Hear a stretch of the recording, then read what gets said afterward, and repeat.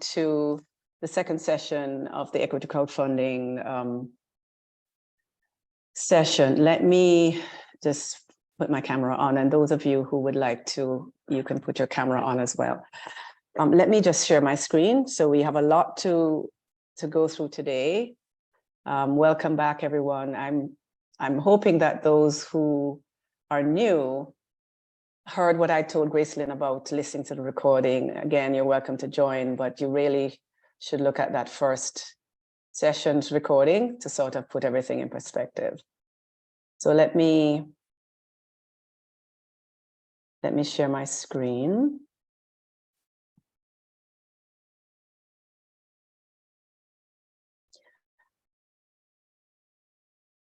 Matt, I think I need permission to share.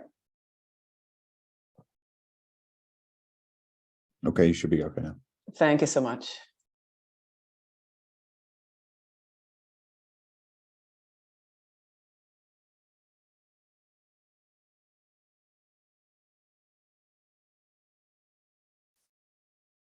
Okay, so last time, as I mentioned, there are 6 pieces to this course. The first we covered last week, equity financing, the concept, what it is, the process involved in equity financing more broadly, the types of equity financing, angel investing, venture capital, private equity crowdfunding.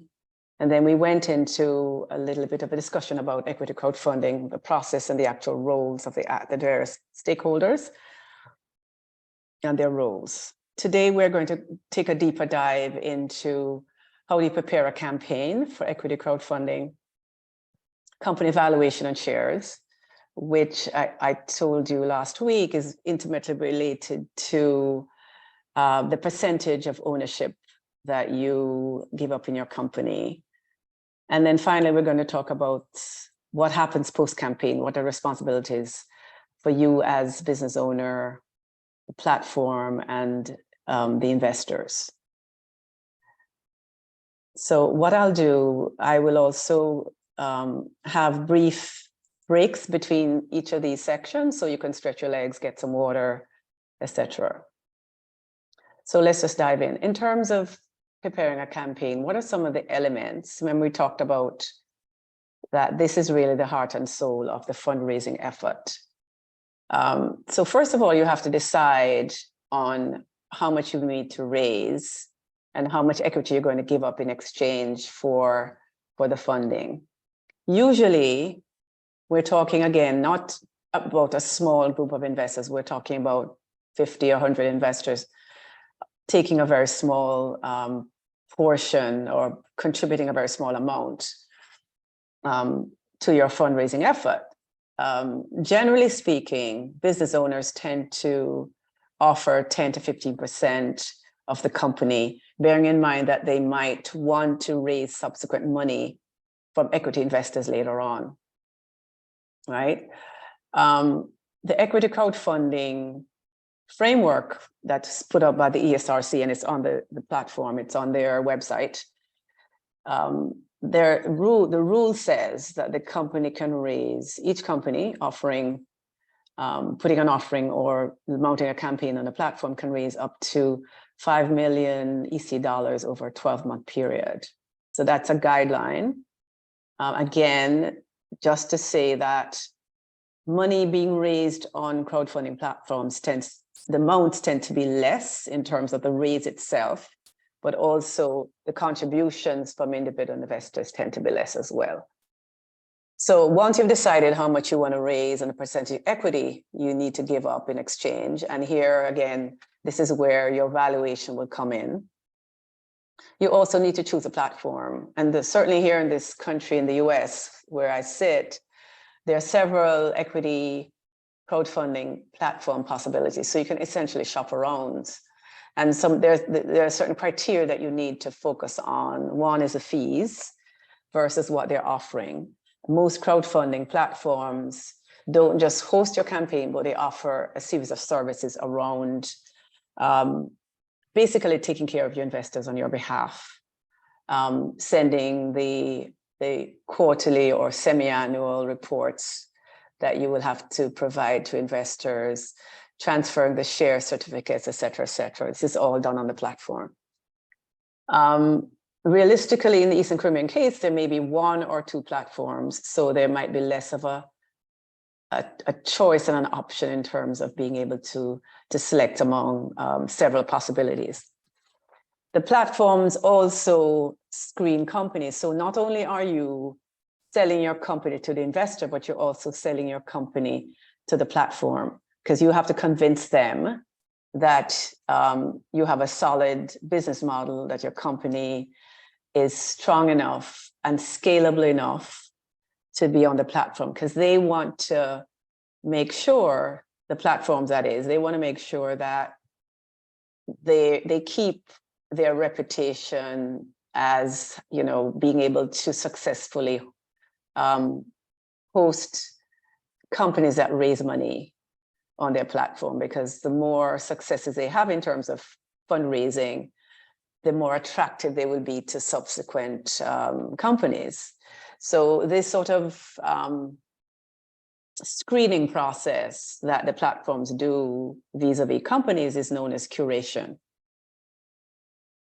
Okay, so next steps. Once you've decided on the platform, you have to plan and finalize your campaign.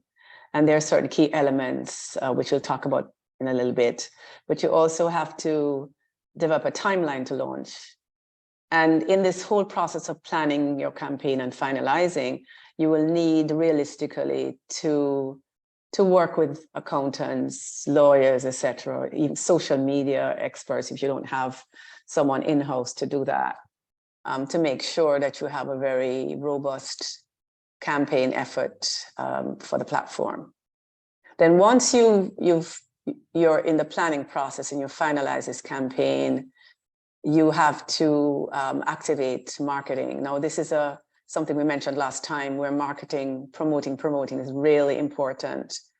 You need to start promoting even before you mount your campaign. And some of you might have heard my comment last week about some companies will sell a product before they actually produce it. It's kind of the same thing. So you're basically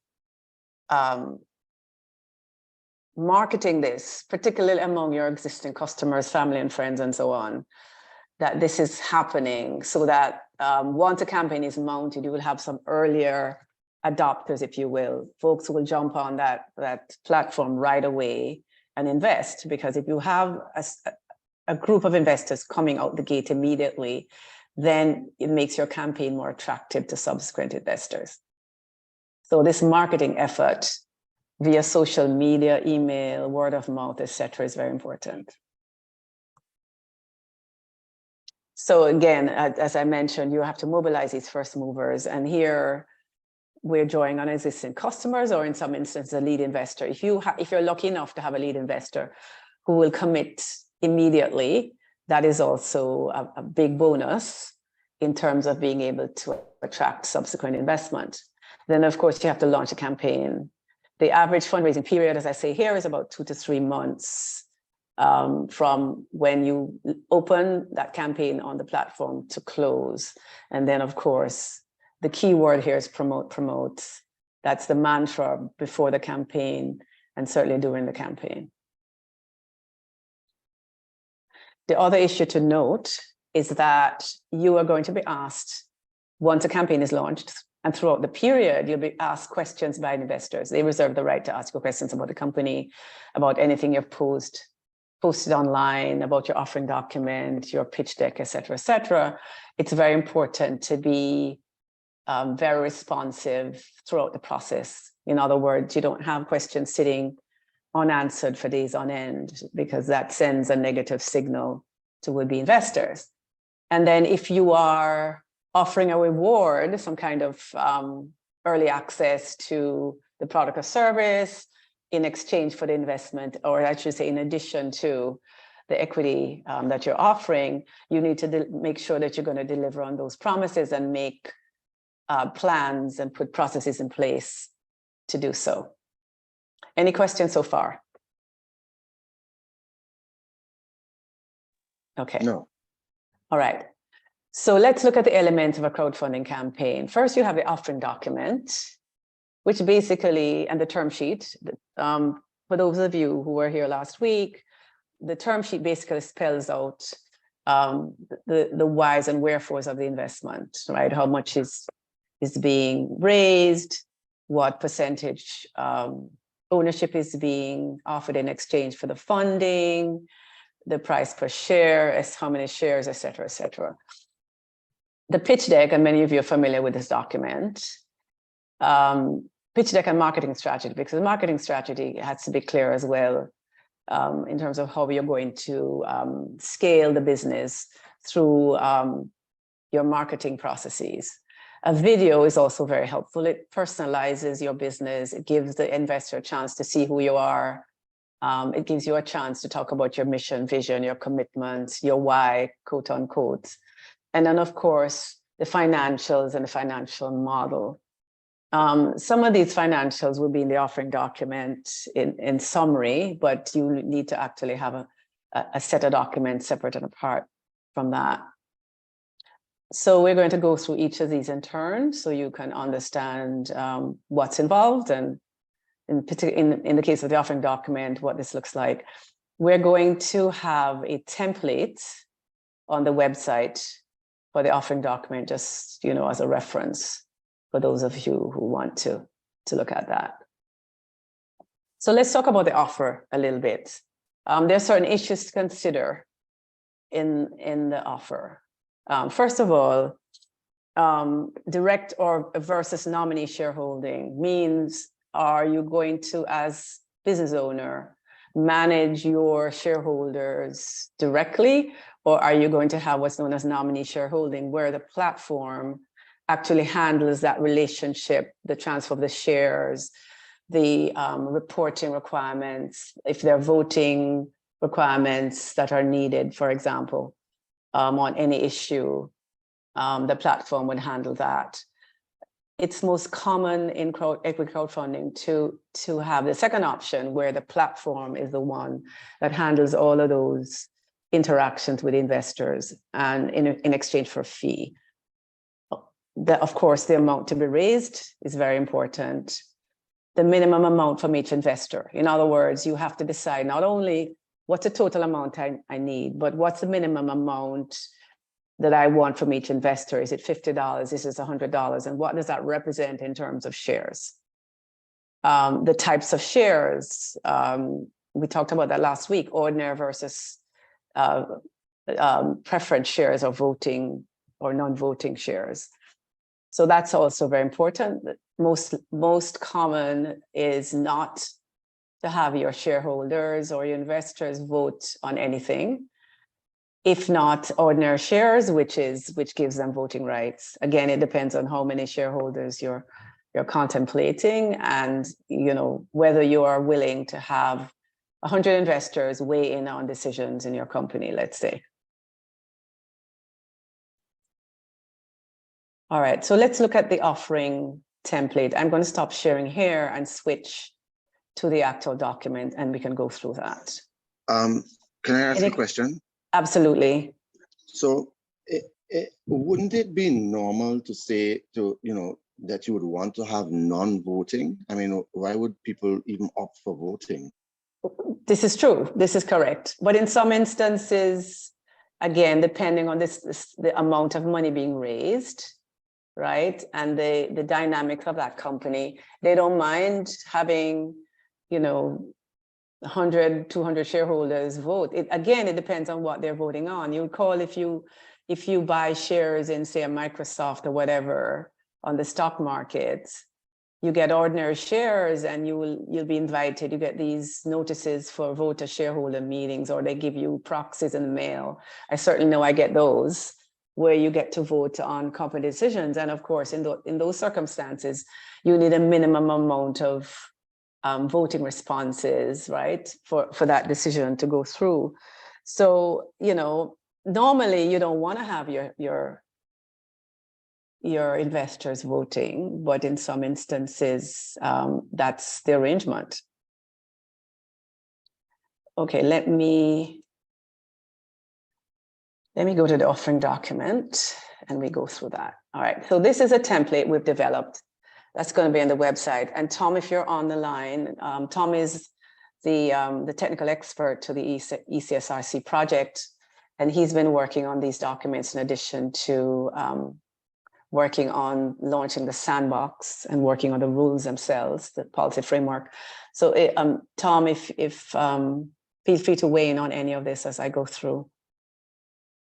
Okay, so first we have the basic information that's required, the profile of the company name, when it was incorporated, the physical address. And let me just say before I go through, if you're not prepared as a company to be totally transparent on the platform with your would-be investors, then perhaps crowdfunding is not for you. Because really, if you need to raise funds in this kind of environment, or indeed any kind of equity framework or environment, you need to be totally transparent with the company, the good, the bad, and the ugly, so to speak. All right, so the first few fields are just talking about the profile of the company, the address, the number of employees, revenues, turnover, etc. If you have been, generally, we're asking for 3 years of reporting. If your company is less than 3 years old, then you have to provide what you can. Then what does the company do? What's the business? The stage of development? Is it a startup? Are you an early stage company? What are some of the products and services you're offering? What is your place in the market? Who are your competitors and so on? Just a very brief synopsis at this point, because you're going to go into some of this later on in the pitch and certainly in the financial reporting. What is your strategy over the next 5 years? How are you going to grow the company, right? This is important because if you're asking for money to scale a company, to roll out a new product or service, you need to sort of state your strategy in summary here. Then what is the business model? How do you make money? You recall I mentioned last week about the business model template.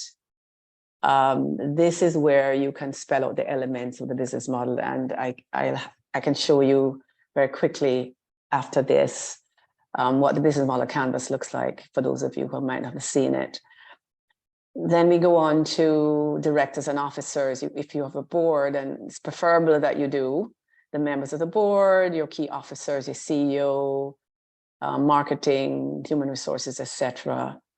And then as owner or whoever is filling out this form, name, position, expertise, your CV in summary, what are your qualifications that are relevant for this business? And then perhaps most importantly, is there any legal or disciplinary action that the company is involved in? This needs to be, or the company or any of its directors or officers, this needs to be stated up front, because obviously investors would want to know that. And then you need to list the persons in the company who own 10% or more. This most likely will be just the founders if this is your first go around. If you've put aside what's known as an option pool, a pool of stock or shares for current or future employees or directors, this needs to be added here as well. Those names have to be added here. Then we go on to talk about the financial and the capital structure of the company, right? How does the company finance itself? Do you have debt? Do you have any existing equity investment with any other investors? And if so, what are the shares? Are they ordinary shares, meaning the shares with voting power? Or are they preference shares, shares where there's no voting power, but if the company is sold or it goes public, those shareholders are first in line for payout? So that's also important to know, because if these investors are coming in as a second round of investors, they need to know, because it has implications for the value of their shares. And I'll talk about this later. Is the company in debt? Are they in bank loans? And if so, was it interest rate on these loans or loans? Are there grants or other kinds of funding? that the company has. And then here we go into sort of the historical operation of the company, at least the last 12 months of financial statements, balance sheets, and so on. These could be attached, or you could just refer to a packet of documents that you will have separately. That would be part of the campaign group of documents, but could be considered an annex to this document, right? If the financial statements are certified or they're audited financial statements, all the better. Although unaudited doesn't disqualify you from crowdfunding, but it's good to indicate if they're audited or not. Then your projections, your projected cash flows over the next 3 years, broken down by year. And here again, all of this, you'll need to have an accountant put this together for you. And if you don't have an accountant, you need to get one, hire one to put this together. Then are there any risks that could be red flags for the business? Remember that I said last week that investors want to minimize risk and maximize return. So if you're raising funds, you need to somehow de-risk your company through provide. One way to do that is through transparency, obviously, but also to have your ducks lined up in terms of finances and minimizing debt and other things. So after we talk about risks, business risks, are there any reputational risks, financial, are there any risks in the market that we should know about? Are there any risks operationally in terms of staffing, et cetera, et cetera? Then we go into the specifics information about the offer, the types of shares. And this section here is essentially the term sheet that's been incorporated into this offering document. So the structure of the offer, the types of shares being offered, the valuation of the company, how much is the company worth now before the investment. You need to describe how you came up with the valuation, and we'll talk about methods of calculating valuation later on. You have to sort of say here and justify the number you came up with for the valuation, the total number of shares you're offering, and the price per share, and the percentage of equity in the company that's being represented by the shares. So in other words, if you're raising $200,000, that could represent, I don't know, let's say 500,000 shares in the company, let's say, and the price per share is, I don't know, let's say 40 cents a share. But those relationships will be determined, one, by the valuation, and two, by the amount that's being offered, being raised rather, and the amount of outstanding shares already. Okay, so describe any restrictions on the transfer of shares. In other words, if you have other shareholders besides you as business owner, do those shareholders have to approve this transfer of shares? That's important. Describe any rights that a company shares. Are you offering dividends? Are you offering interest? Are you offering voting rights? All right. And then, of course, the target offering amounts, the date on which you're opening the campaign, when it's going to be published on the platform, and then the deadline for the offering, when you're closing. Then we go on to a section that deals with the use of the proceeds. How are you going to use the money that you've raised? Is it for working capital? Is it for expansion? Is it for equipment, et cetera, et cetera? This is important because if you're saying you're raising money for, let's say, purchase of equipment, and you don't raise the amount you're targeting, then in theory, you can't purchase that equipment. This is why one of the rules of the game is that if you don't raise your target amount, then none of the money pledged by an investor in the investors is transferred to you. then this is important. Will the company accept investments in excess of the target offering amount? In an optimistic scenario, you could raise more money than you want, and you have to say, are you going to accept that or not? And if so, what is the maximum amount you'll accept, and how will you spend those oversubscriptions, right? This is very, very important. Other information. Have you had any other previous equity crowdfunding campaigns? And if so, provide those details. When was the offer made? How much did you raise? What was the target amount? And whether did you raise that? Were you successful in raising that amount or not? Any fees that you're charging to investors in relation to this offer? In some instances, companies decide to charge investors a small fee. Some might see that as a disincentive to invest, but nonetheless, certainly if you look at crowdfunding platforms here in this country that are raising equity, sometimes you will see those fees being charged by the company. And then any other information that you consider important that the investor should know under this offering. And then the annex, as I mentioned, this is where you could add in all your financials in detail, your projections and so forth. And then any other document that would elaborate on any other points and questions that are being asked here in the offering document. This would include your pitch deck, obviously, your company brochure, the video, links to your website, etc. And annual reports also would be a good thing to add here. And then there's a certification. You're basically saying that, you're a bona fide business and that you're qualified and legally allowed to operate this business, right? And that the company's not insolvent, you haven't violated any rules, et cetera, et cetera. So this is a certification that you would sign at the end. And then there are certain disclaimers that we've put in here. One is that the investor can cancel any investment commitment within 48 hours of the commitment being made by notifying you as business owner via the platform and of course in writing, et cetera, et cetera. Any questions about this before we move on? Okay. So this is going to be on the website.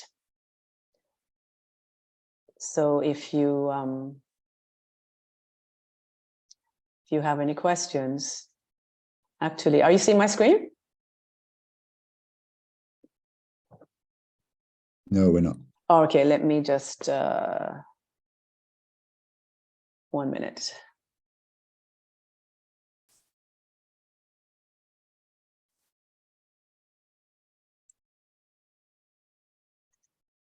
No? Yeah. All right.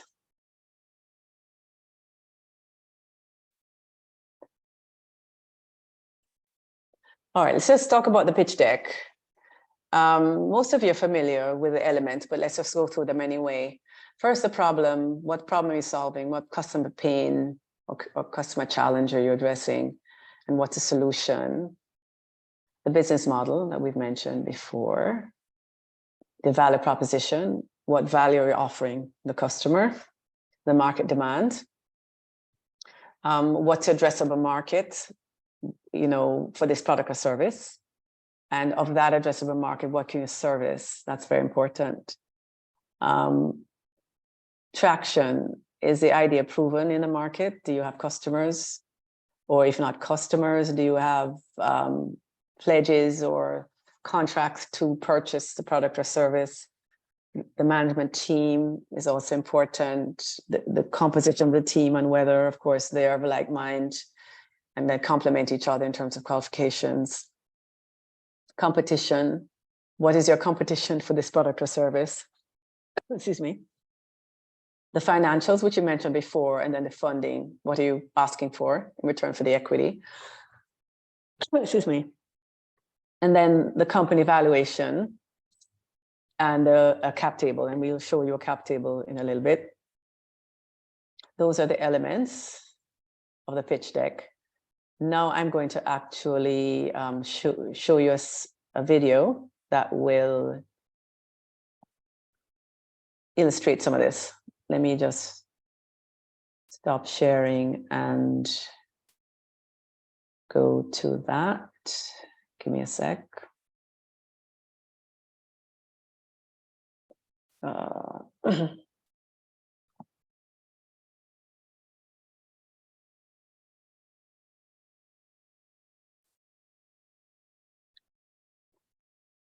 Are you seeing my screen?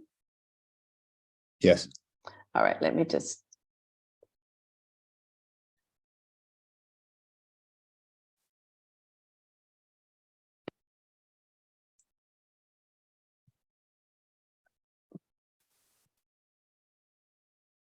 Airbnb's original pitch deck from 2009 has become one of the most sought after references for new entrepreneurs. It was one of the first pitch decks from unicorn companies to be released publicly, and it got a lot of media attention. But beyond that, and most importantly, it's a great pitch deck. It's short and to the point. It hits all the high notes, and most importantly, it perfectly paints the picture of the business. We're going to tear this pitch deck down slide by slide. The look of the slides is, or was, very 2000s. So we took the liberty of redesigning it using SlideBean's AI design system. So the first 100 people to sign up with the link below will have access to the redesigned slides for free, as well as the 25% discount on any SlideBean plan. All right, so let's get on with it. This is pitch deck examples, Airbnb.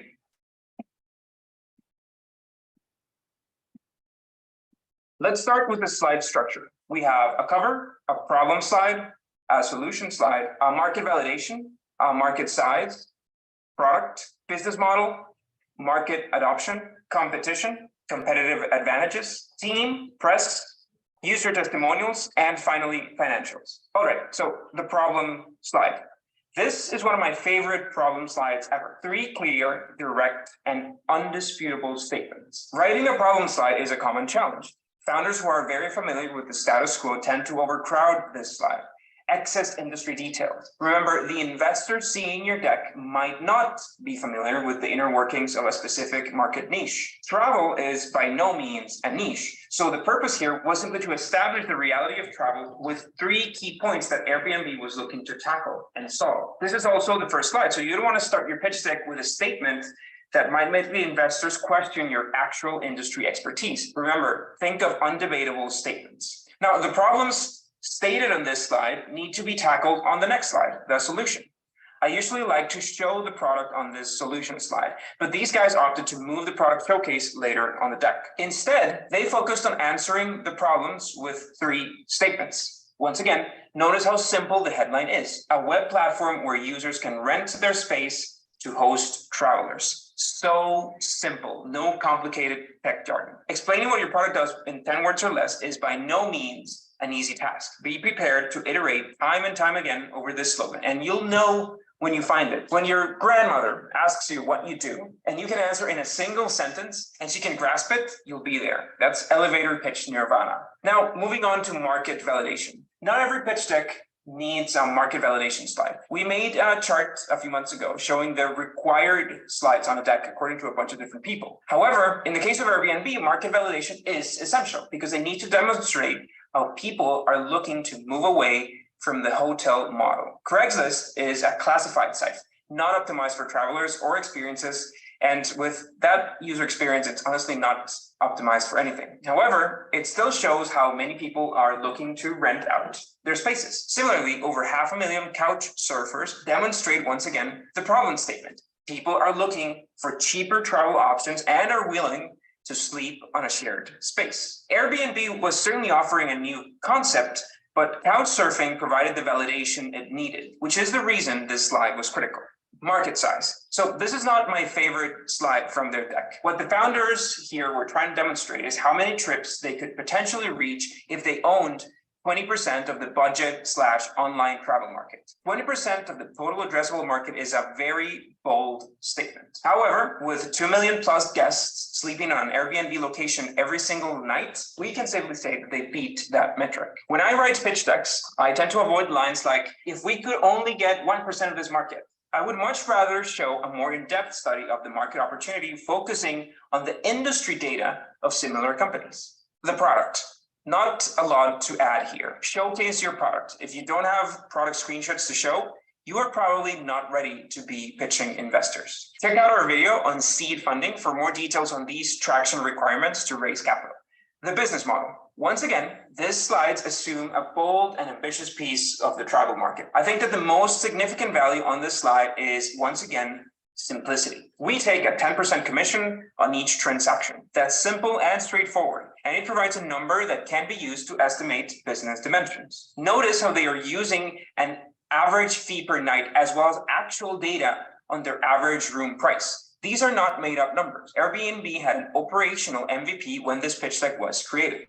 Now, the adoption strategy, also called a go-to-market slide, which should lay out a plan to grow the company and the user base. Go-to-market slides are most undoubtedly speculative. As a marketer, I understand how a plan can fail and how quickly the marketing/sales plan of a company can shift to breakthroughs. The idea on this slide is to show that there is a plan, that the team can come up with solid ideas to grow the company, and that they will be able to execute them without having to recruit a larger team or an external agency. The dual posting feature on Craigslist was one of Airbnb's most iconic marketing hacks. They developed a bot or a system that would automatically relist any Airbnb listing on Craigslist, thus exposing the property to a much larger audience, driving traffic to their new and unknown site. The listing would also increase the chance of the host securing a guest because the organic traffic to their site was still very small. Amazing, genius stuff.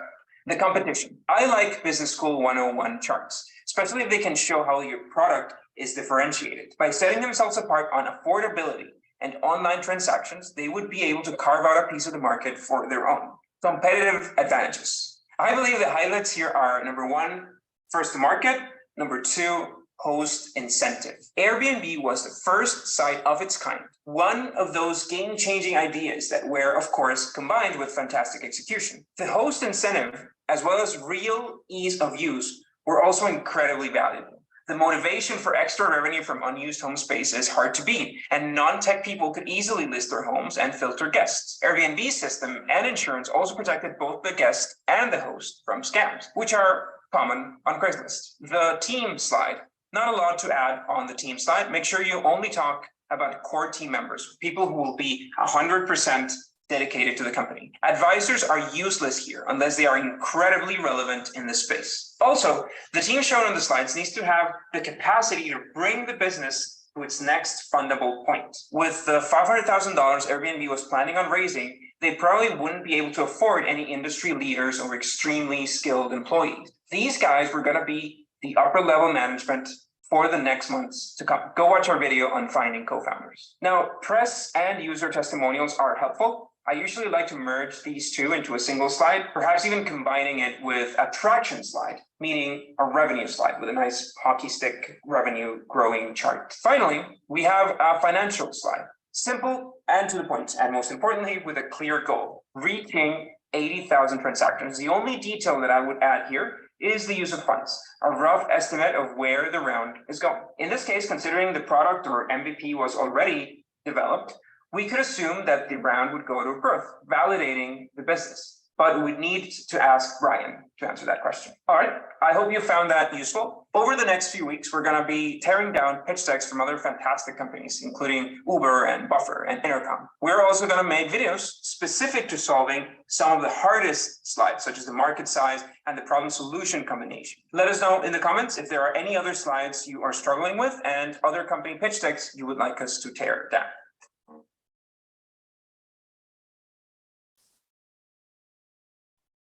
Okay, comments before we move on?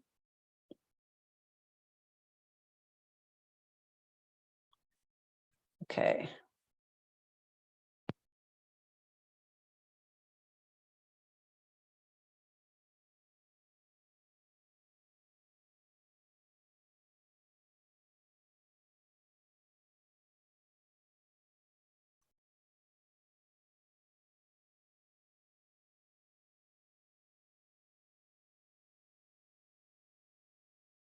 Can you see my slides? Hello?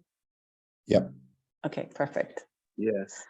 Okay, so let's look at the second element of the campaign video. This is essentially a call to action showing the value of the opportunity. It should support the deck and be complementary to the pitch deck. Very short, so you hold attention. And of course, it has to be, you have to connect with the audience. And in some instances, if you're a social business, it's always good to appeal to the would-be investors' values, and certainly connect with the audience.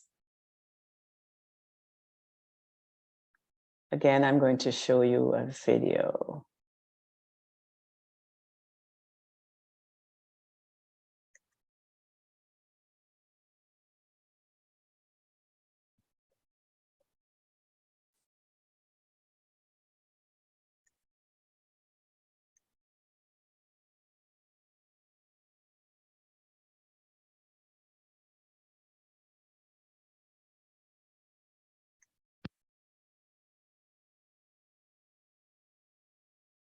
Hi, we're James and Erica Bartle, and we're the founders of Outland Denim. Today, we're launching our equity crowdfunding campaign. So let us tell you a bit about who we are, why we do what we do, and why we call ourselves the people's brand.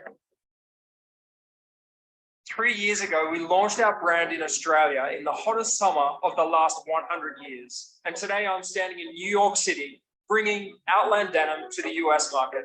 We opened with David Jones in Australia, Harry Roses and Holt Renfrew in Canada, just moving into the US, opening with Bloomingdale's and Nordstrom's, and now we're coming into the UK. After watching the Liam Neeson film Taken, I was moved to learn more about the problem of human trafficking, traveling with a rescue agency to see the problem firsthand and witnessing a young teenage girl for sale. We knew the problem had to be addressed with an economic solution. Our social impact model is built on 4 things: opportunity, living wages, training, and education. And it's because of all of those things together that you have this profound impact on somebody's life. Employment with Outland Denim can be absolutely transformative in the lives of our staff. One of the first seamstresses we employed was living under a plastic sheet with her family. Since having this job, she's been able to build a home for them to live in and also buy her sister back from a man that owned her. She's been able to develop her skills to become a section leader and lead other women into this kind of prosperity. So by employing just one woman, you're not just impacting her life, but her family's life. And by impacting a family, you impact a community. We realize we can't claim to care about people if we don't care about the environment they live within. As a brand, our commitment is to be able to reduce the waste that's created in producing your fashion. And we've been working on groundbreaking technology to completely change the face of manufacturing within fashion. We're addressing issues like textile waste and the amount of water used in producing our products. We've integrated world-first technology into our manufacturing facilities to be able to increase transparency and enhance worker safety. We've spent Outland Denim's formative years building infrastructure in both our brand and our manufacturing facilities. Now, as we look to expand, we expect the next season of growth to be rapid and big. For the manufacturing side of our business, there's a huge growth market for us to start producing garments for other labels. In fact, we already have interest from multiple brands who want to manufacture with us. We have the story, impact, and manufacturing ability that other labels want, and we want to share it with them. For us, it's simple. The more we can grow, the more positive, life-changing impact we can have. Our goal has always been that this would be the people's brand. And so we have 2 options in scaling our business. One is we could go with the venture capitalist or private equity, or we could offer this opportunity back to you, our customers and our community. So for the first time, we're inviting you to own a piece of Outland Denim. Our expressions of interest phase is open until March the 31st. You can learn more and register your interest at virtual.com, or you can join us at one of our events, which are also listed on the website. So join us on this journey and be a part of this change, creating fashion that makes a difference to the planet and the people.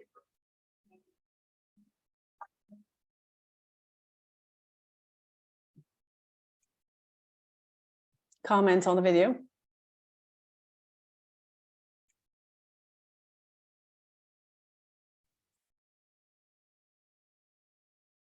This is a very quiet group this morning. So I I wasn't, I liked it. They did touch on a number of things, but in terms of the solution Mhm. to the problem, what was the solution? Well, the video is Because- not really meant to do that. The pitch deck would do that. The video is supposed to give you a window into the company, you know, what makes it tick, what is their mission, vision, why are they doing what they're doing.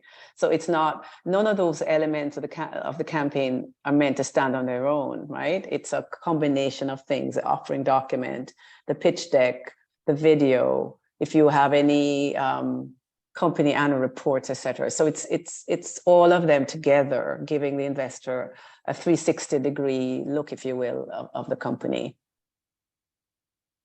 If that answers your question. So the video is more to personalize the company, to see who is behind it, right? Right. Because I mean, the one with the Airbnb, you know, they highlighted the sort of solution and so on. That's what the pitch deck does. That's what the pitch deck is supposed to do. Okay. Right. I thought The video is now to give you a flavor of what's behind the numbers, you know. Sure, you'll be highlighting the team in your pitch deck, but the question I would have as an investor is, who are these people? What makes them tick? Why did they form the company in the first place? You know, what is the rationale? And the video gives you that. Okay. And as you can see, this company has a social mission. So of course, they had an emotional appeal as well, saying, well, you know, they're committed to helping to eradicate human trafficking, and they're doing it through this company. Right? So if you are, if you can talk about your value as a business to your community, that's a very compelling story to put in a video. Okay, sure. Yeah. Okay. No problem. Okay, so the next slide, we're talking about financials. Let me just put it in slide mode. Right, so here, again, we've talked about this before. These are the basic elements you need for the financial package: income statement, balance sheet, profit and loss, and revenue modeling projections. Those are the basics, right? And again, I would suggest that this, while you can have summary slides of these in the pitch, the actual document should be an annex to the offering documents and be separate and apart. Okay, we're gonna take a break, but I just wanted to highlight some things here based on what we discussed before. One, I mean, preparing a campaign means doing your homework, putting together marketing strategy. This has to be done early. Make sure that you have strong traction in the market and that you can show that you've got good financials and that they're prepared by, you know, an accountant. Crowdfunding, investors want to minimize risk, so put together a solid campaign with a pitch deck video and a story, a critical and compelling story. And this is essentially an element of success or critical to success.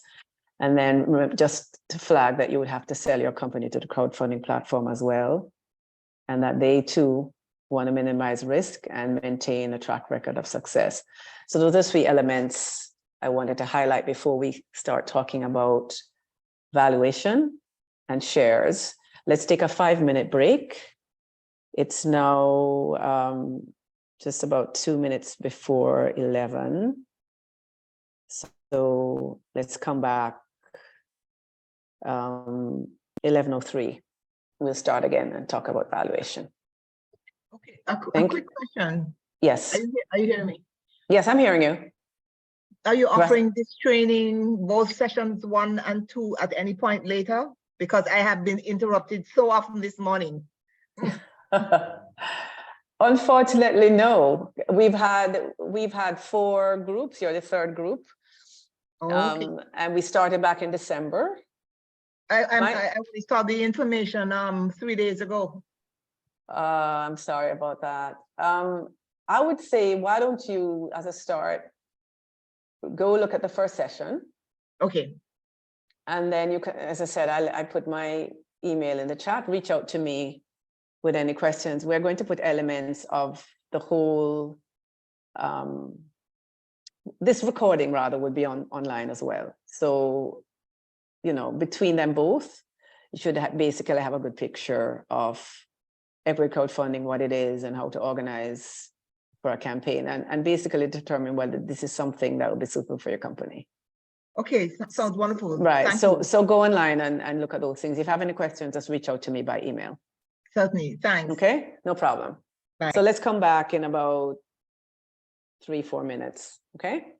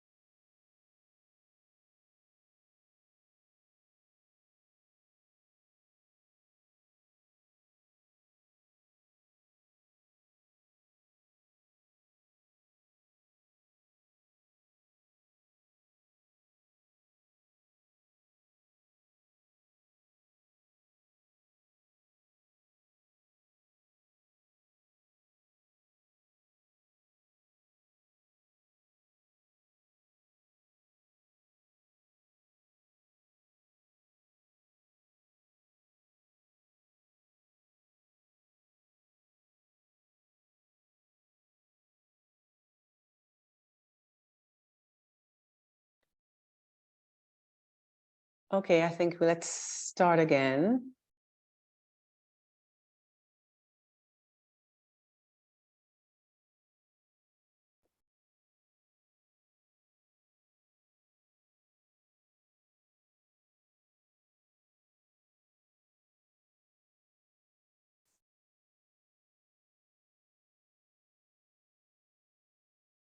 You see my screen? Yeah. Okay. All right, so we're going to talk about valuation and shares now. I hope I don't lose some of you because this might be a little bit technical. Let me just start by talking about a value business.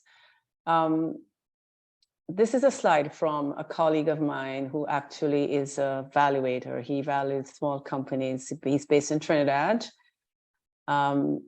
His name is Kevin Valley, and this is his website if you'd like to take it down.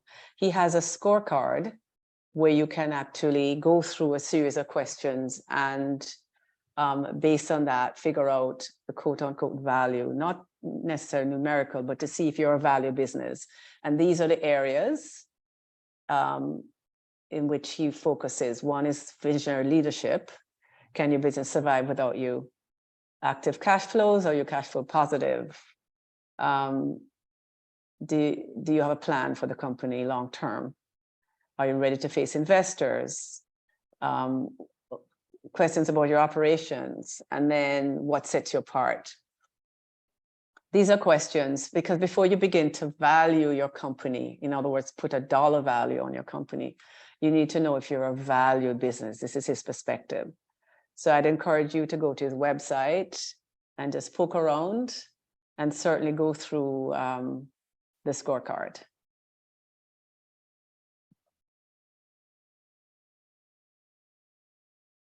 So why is valuation important? I think once you're seeking funding from an investor, it's always good to know what your company is worth. If you're trying to sell your company, if you're trying to even expand, you kind of need to have a baseline to know where you're starting, right?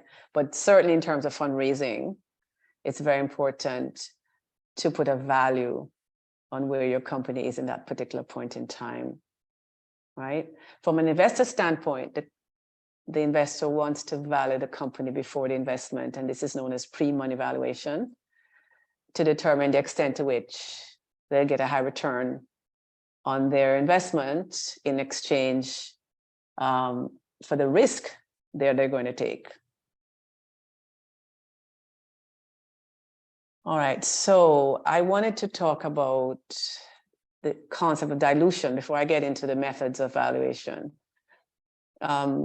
This essentially is a reduction in investors' equity position. In other words, their percentage ownership in the company as a result of new shares being issued to a new group of investors, right? They usually want, when a investor looks at your company, they want to know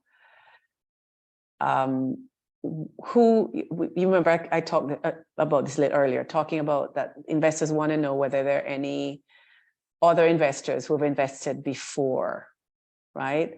They want to know the position of the investments in that company on a fully diluted basis, meaning take into account all the shares outstanding, even those that are been put aside in an option pool for employees without actually having been issued yet, because then they can figure out whether their investment would be diluted and to what extent. So investors in traditional investments usually want to have an anti-dilution clause in their investment agreement that says if there's a second round of investors, their investment ownership percentage would not be diluted by that second round of investment, right?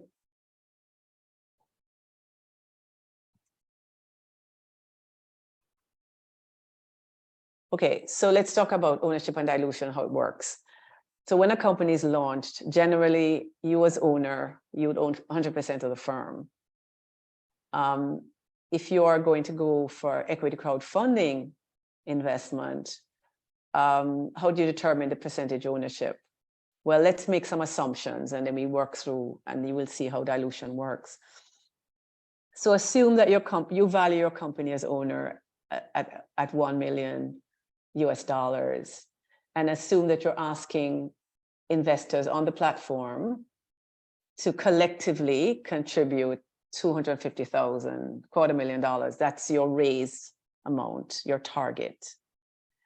Then the post-money valuation, after, if you're successful, you raise that amount of money, then the post-money valuation, the valuation of the company after the investment will be 1.25 million. So you're just simply adding in that investment, the target amount being raised, to the pre-money valuation. Is that clear so far? Yes. Okay, great. Okay, so how do you know then what percentage, that $250,000, how do you know what percentage ownership in the company that would represent? So it would be the amount, the target amount being raised divided by the post-money valuation, right? Which gives you an ownership percentage of 20%, which means collectively, all those investors who invested that $250,000 in your company would collectively own 20%. So it means the owner has given up to those investors 20%, which means his 100% ownership is now diluted by 20%. So he or she now owns 80% of the company as opposed to 100% before. So post-investment, he or she now owns 80%. Is that clear?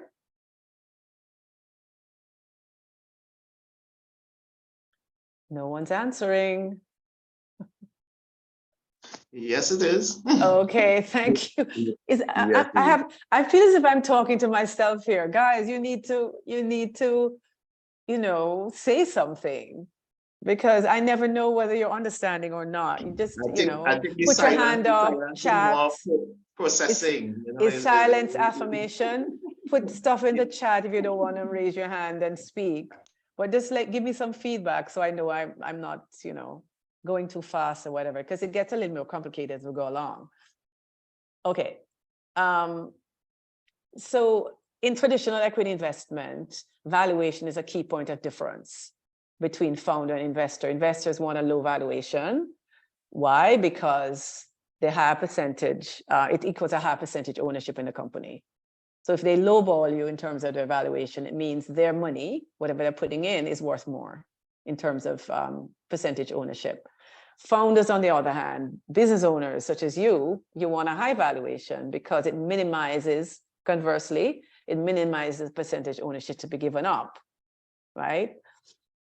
So let's use a previous example and assume a crowdfunding scenario where you've decided, well, instead of 1 million, my company is really worth $500,000, right? So the same $250,000 investment will mean a post-money valuation of $750,000 and a 33% ownership in the company now collectively by the crowdfunding investors, as opposed to the 20% before. So you see where if a higher valuation means a lower percentage ownership, in this case 20%, versus a low valuation increasing the percentage ownership. Is that clear? Yes. Okay. All right. All right. Perfect.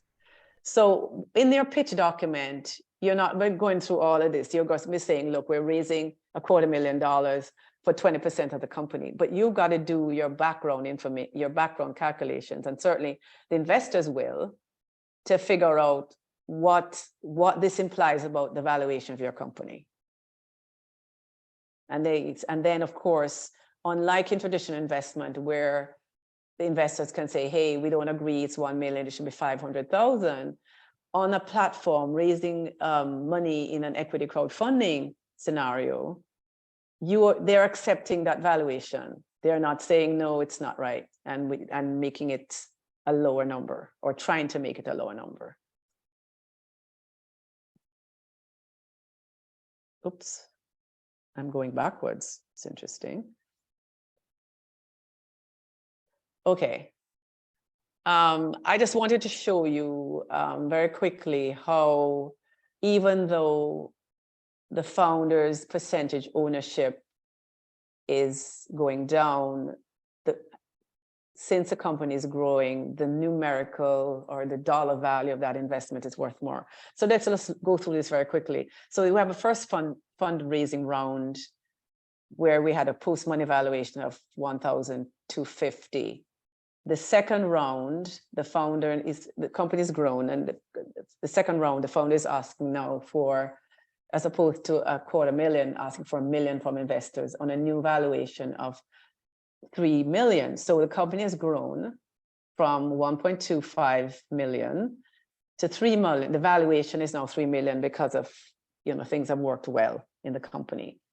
So on this, if the founder is now asking in the second round for $1 million investment on a 3 million valuation, it means the post-money valuation is now 4 million, right? What does that mean in terms of equity ownership? We're dividing the target raise, 1 million, divided by the post-money valuation of 4 million, which gives a 25% ownership.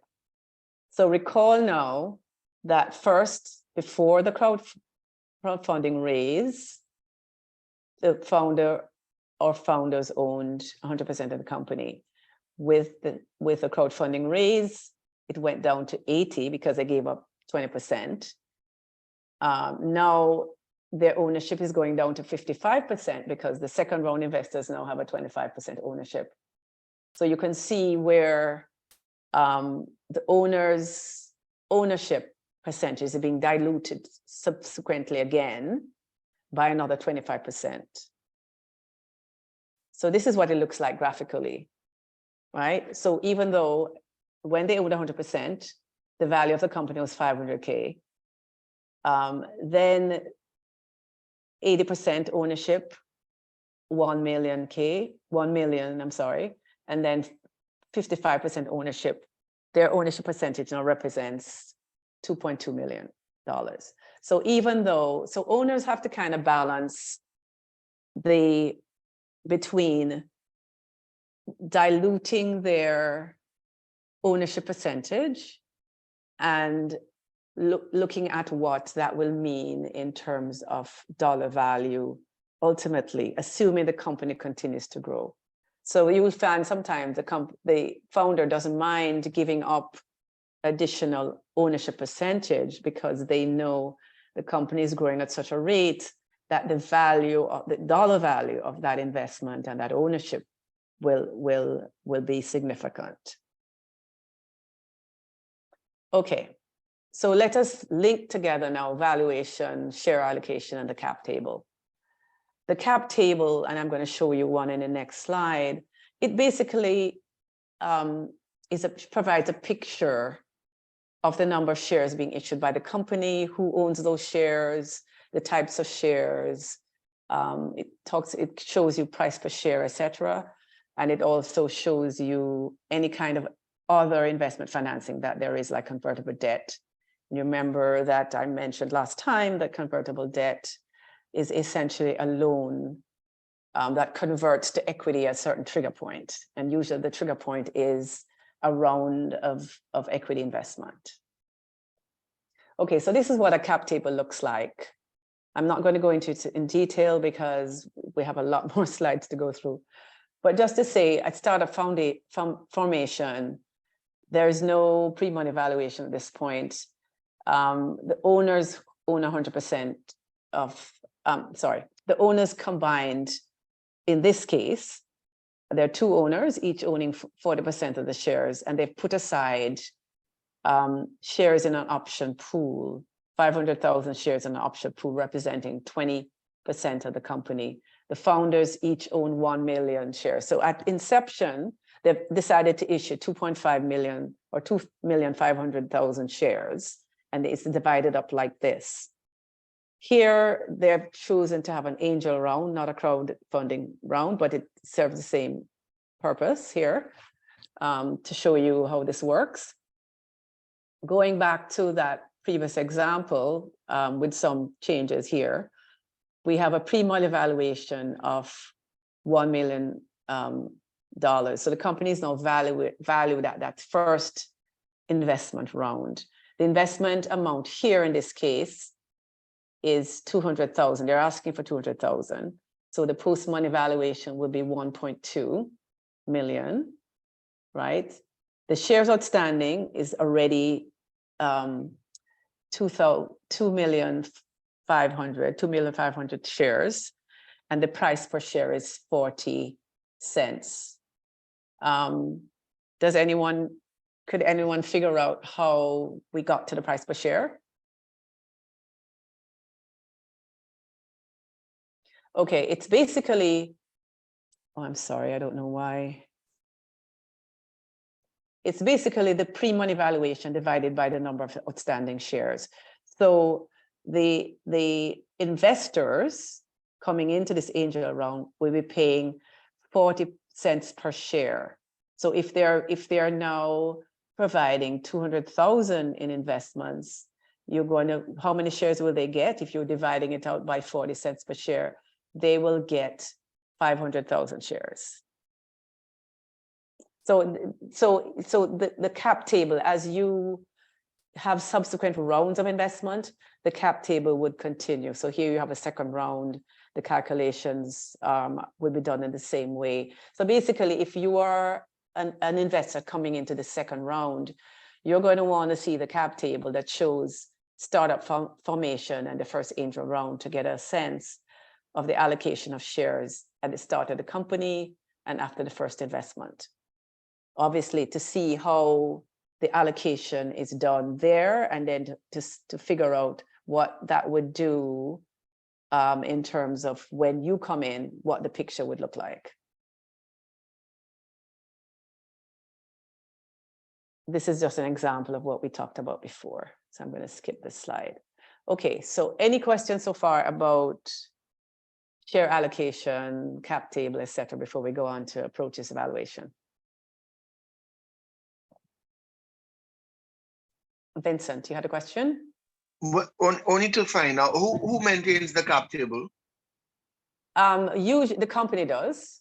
The company. The company does, but in an equity crowdfunding platform, I'm sorry, equity crowdfunding play, it would be the platform that keeps a cap table, because they're managing for a fee. They're managing the investor relationship on your behalf. Okay. Thanks. And that's sort of like a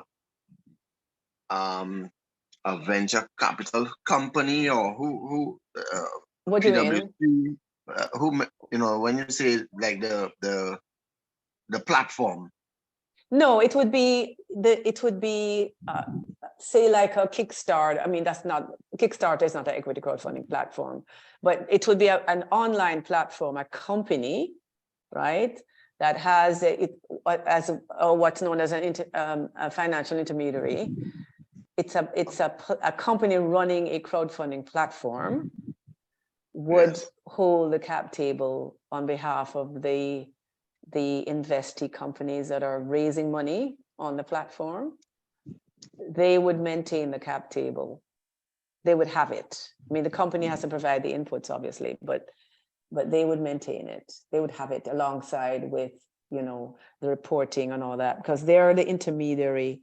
Just think of the platform as an intermediary between the investee companies mounting campaigns on the platform and investors out there. Okay, so they're taking the burden. They're taking the burden away from the company to be dealing with 50, 100, 200 investors at a time. Right. So like a Arawak X out of Bahamas kind of thing, like what you. So Arawak X would have the cap table, yes. Right. Okay. Yeah. But all this is for a fee. This is not free. So the company pays a fee for this. Yes, definitely. For management. And normally what, 3%? Yes, I mean, again, it depends on the company. Quite frankly, I've forgotten what the fee is for Arawak. I can certainly check, but normally, you know, management fees are 2-3%, you know, for this kind of stuff. Okay, thank you. All right. So standard approach is evaluation. Normally, and certainly this is the case in Caribbean with First Angels, for example, they use discounted cash flows, even if they're dealing with projections. If the company doesn't have sort of deep financials, many years of financials, they tend to use discounted cash flow projections based on your real financials or your projected financials. Companies also can be valued based on the earnings multiplier and asset based. I'm going to go through these really quickly because I want to get to the methods being used for early stage, seed and early stage companies that either don't have financials or have very thin financials. So let me just go through these three very quickly. Okay, discounted cash flows. This is based on, for those accountants in the room, the present value of future cash flows. So you're discounting based on a percentage, based on risk that these flows might not materialize. So the higher the risk, the higher the discount rates. It's applied to each year's net cash flows. I've put a website here that actually has examples and a calculation to show you how this works.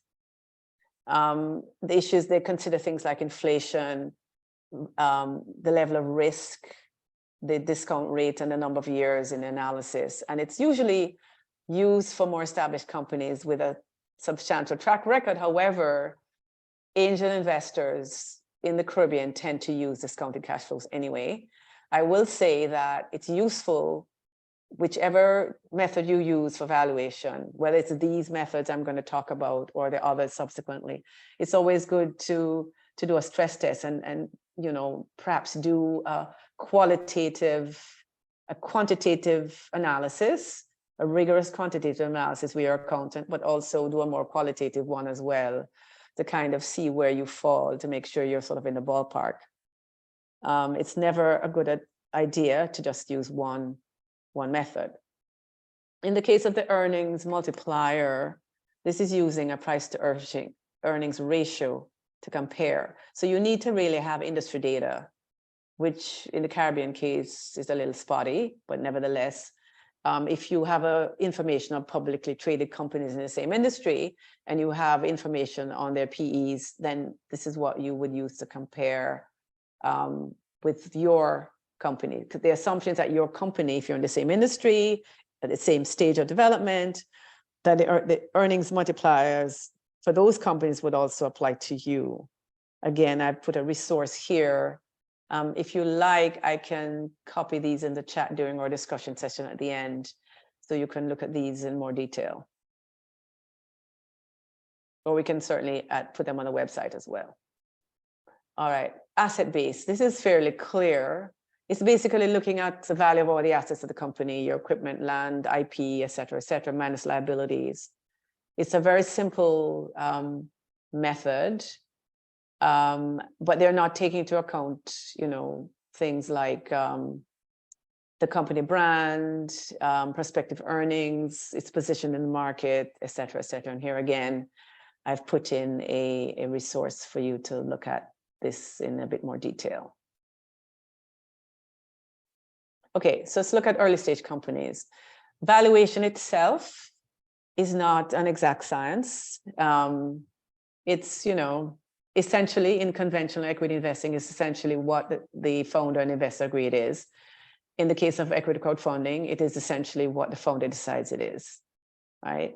So just to bear that in mind, this is why folks like Kevin Valley, for example, use one or two methods, at least two methods when he's doing his valuations on companies.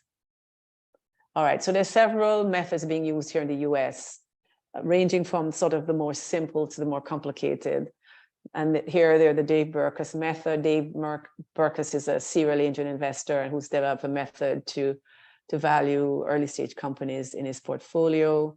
There's a risk factor method, market comparison, which is what it says, scorecard method, and VC valuation method. And here there's a big assumption underlying all of these in that the assumption is that early stage companies don't meet their financial projections. So you've got to have some other sort of more qualitative methods to kind of compare with, say, a discounted cash flow analysis based on projections.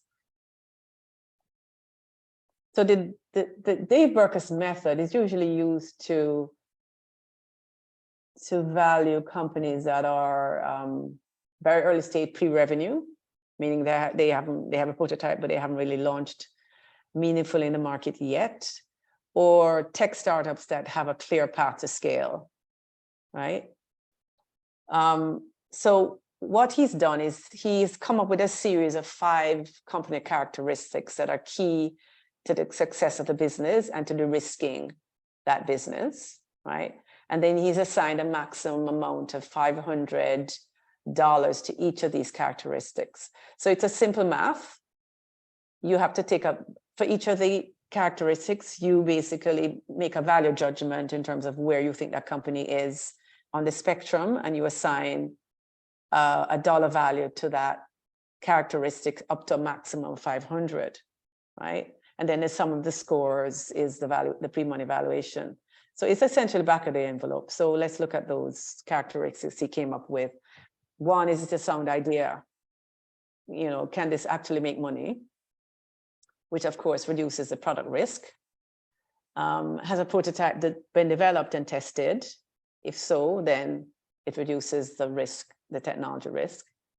Quality management team, what does the team look like? Who are the members? Do they have the qualifications to actually take this company from where it is now to the next level? And then what are their relationships? What's the company's position in the market? Do they have competition? Do they have strategic alliances that will help them to realize the growth that they're projecting? Does the company have sales already? Has the company rolled out its product or service, or is it still in the prototype stage? So those are the elements. And then of course, you just add up these and you get the valuation. So obviously if it's the management team is okay, but you know, you have doubts, you might assign them a score of 250,000 instead of 500 and so on and so on. So again, it's a rough calculation. I would not rely on this only to come with a number, but at least it's a starting point. The risk factor summation method is a little bit more complicated. It builds on what Berkus has done using a broader set of criteria. And here, I'll show you in a minute, in the next slide, but he assigns each factor a score, a +2 being very positive, a +1 being positive, 0 being neutral impact, -1 a risk, and -2 a serious risk. But then you also have to know the average money valuation for other startups receiving funding. So you need a bit of information on what's happening on the startup or early stage company scene to be able to have a benchmark number, right? So basically what's done in this approach is that you take this benchmark number and then you score a $250,000 each for each +1 or negative. So you take away or subtract for all of the factors, and then you add whatever you get to the benchmark. So just to show you here, let's say the benchmark is 1 million. The average benchmark for companies at your stage of the game in the market receiving money, the pre-money valuation is 1 million. So you go through these factors, which as I said, are more extensive than what Berkus came up with. And you assign, look at your company critically, and you assign dollar values. This actually should be a +2 here. I'm not sure why it's disappearing. I've got to put it back in. Oops, I'm jumping ahead here. So this should be a +2. So you look at all of these factors and you look at your company and you assign scores based on where you think you sit with each of these things. So in this case, some of these things are neutral, but some of these things are negative, such as the stage of the business, manufacturing risk, etc. And you've come up with a valuation or a dollar value summarizing all these risk factors of 750. So you add that back to your 1 million average pre-money valuation figure for the industry, and you come up with a valuation for your company of 1.75 million. Clear so far? Vincent, I think you have a question. No, I'm just gonna say yes. I can see the clarity, but Yeah, the allocation of that sort of $250,000 per risk factor, is that standard industry standard, or is that sort of arbitrary that the person applies that? No, this is how this works. So it's standard, but where the difference lies is with the estimate of the pre-money valuation, the average pre-money valuation of firms of your size within your industry. That's where the tricky part comes in, because you've got to figure out a pretty accurate number there. And if you don't have industry data, then it will be very difficult to do. This is why I think the more we become involved in equity financing in the Caribbean, the more we will have to find ways to share and to publish company data. I know, for example, that the Jamaica Stock Exchange has come up with a Caribbean Business Exchange initiative that was launched last year. I think it's a cable channel. The idea is it's going to be like Bloomberg, but I think there's also going to be an online piece of it where you can share company information across the region, which is going to be a game changer, I think, certainly for the equity investment market. So you will actually be able over time to have information on companies that are listed and so on. But I think we have a ways to go essentially with this. Okay, so in terms of market comparison, again, here we come back to the issue of industry data. You have to compare your company to one that's broadly similar that receive funding and evaluation. So again, you need public available information on a company and a company profile, right? So this again, it's back of the envelope because you're sort of adjusting your valuation up or down based on differences with the benchmark company. And as I say here, it works well in environments where you have high levels of startup activity, such as Silicon Valley, New York, or Boston. I mean, I long for the day when we can say Silicon Valley, New York, Boston, or the Caribbean when it comes to this kind of financing.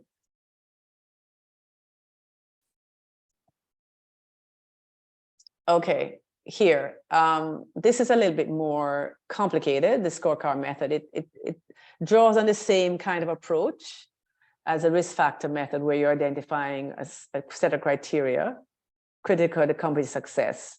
But then here you're assigning weights rather than dollar values based on the level of importance to the company of that particular criteria, right? And then you have a comparison percentage based on how you the company compares to the norm. So it's a two-step process. One, you're weighting those criteria based on the level of importance to the company. But secondly, you're also providing comparing in terms of percentage on how the company compares to the norm in each of those criteria, right? So here, it's again, this is, let me go back a second. Oops.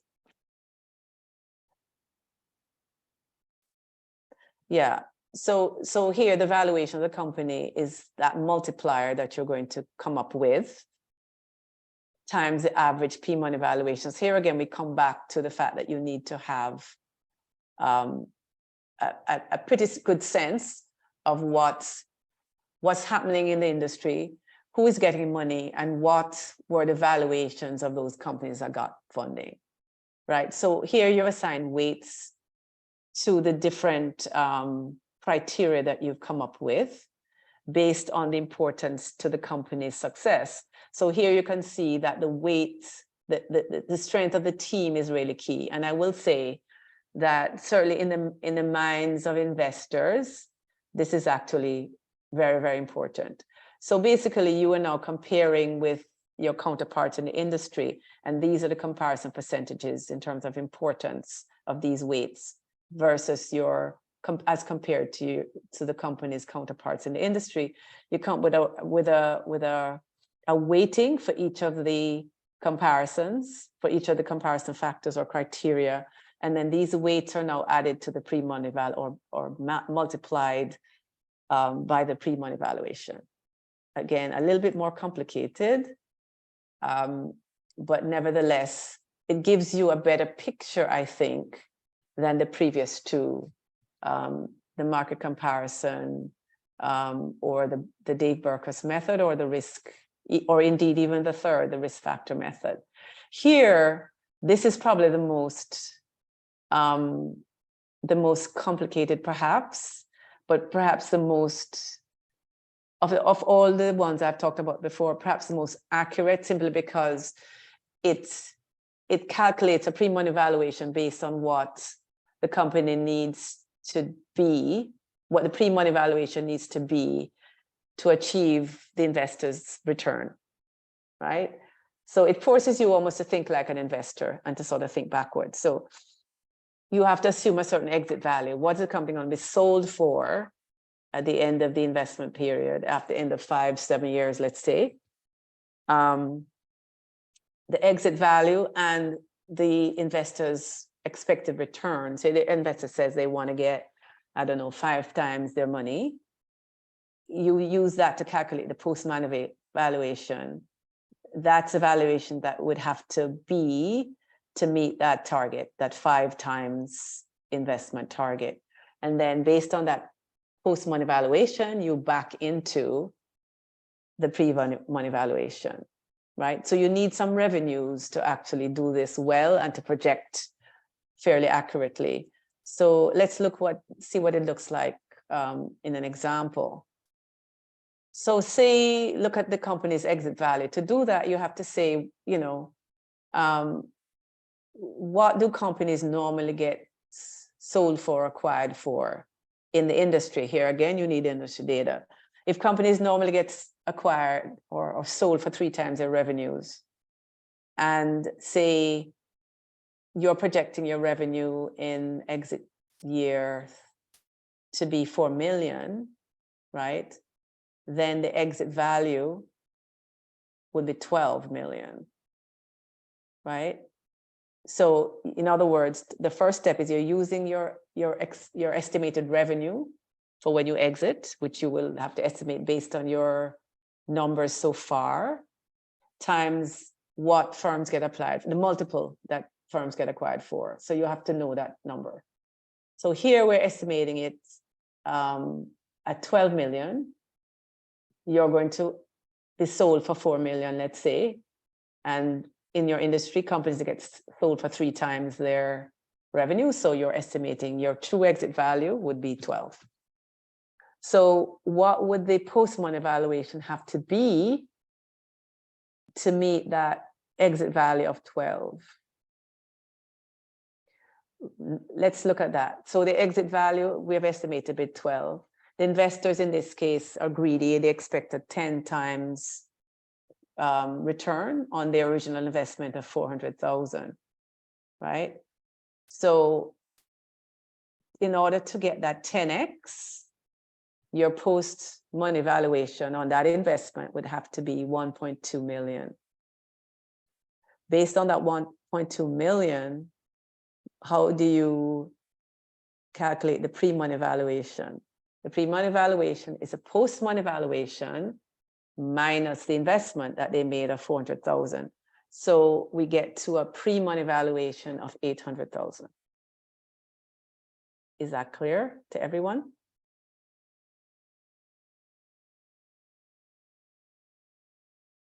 Yes, no? Still thinking about it? Still thinking about it. Okay. I know I'm going through this very quickly, but unfortunately, we don't have a lot of time to spend on this. This really needs a whole session just on valuation. But I just wanted to give you a flavor. Obviously, if you're interested in crowdfunding and pursuing it further, there needs to be a deeper dive into this topic. But just to sort of expose you to this now, so you understand the dynamics of equity investing and how this plays into a crowdfunding scenario. Okay, just a few things to remember. Important to use one-on-one method. I just want to highlight, on average, pre-money valuations by angel investors in the Caribbean range from US 100,000 to about 230, 250,000 going in. Of course, there are exceptions. This is just average.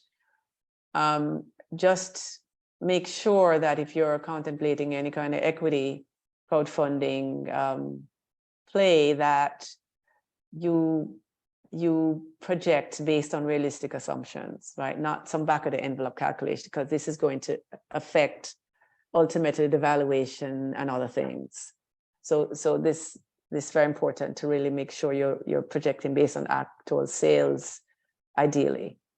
And then, of course, the goal is to de-risk your company as much as possible to justify a high valuation. Because if you're going to do a high valuation, which implies a lower percentage of ownership being given up in exchange for funding, you have to be able to really back up and show how you've come up with that valuation. Certainly in the offering document.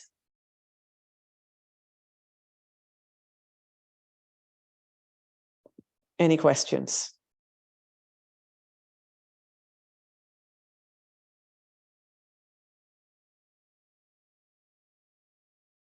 Okay, I'm going to pause for another 5 minutes or so. Is there any slide that you'd like to let me leave up so you can think about it a little bit more before we move on to what happens in a post-campaign?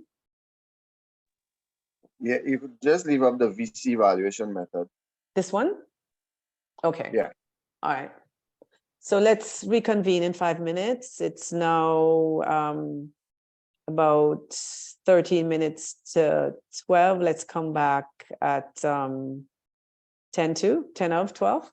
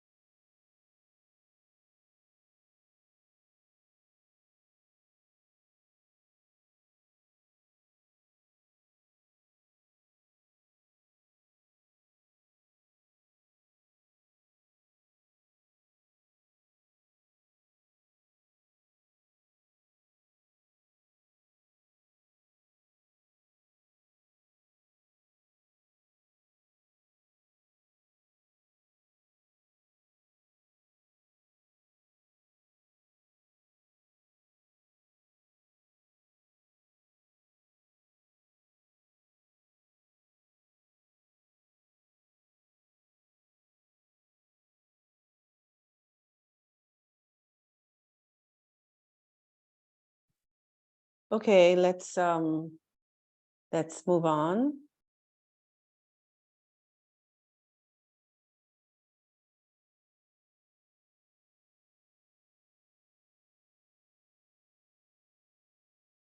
Okay, so let's talk now about what happens post-campaign. Vincent, do you have a question?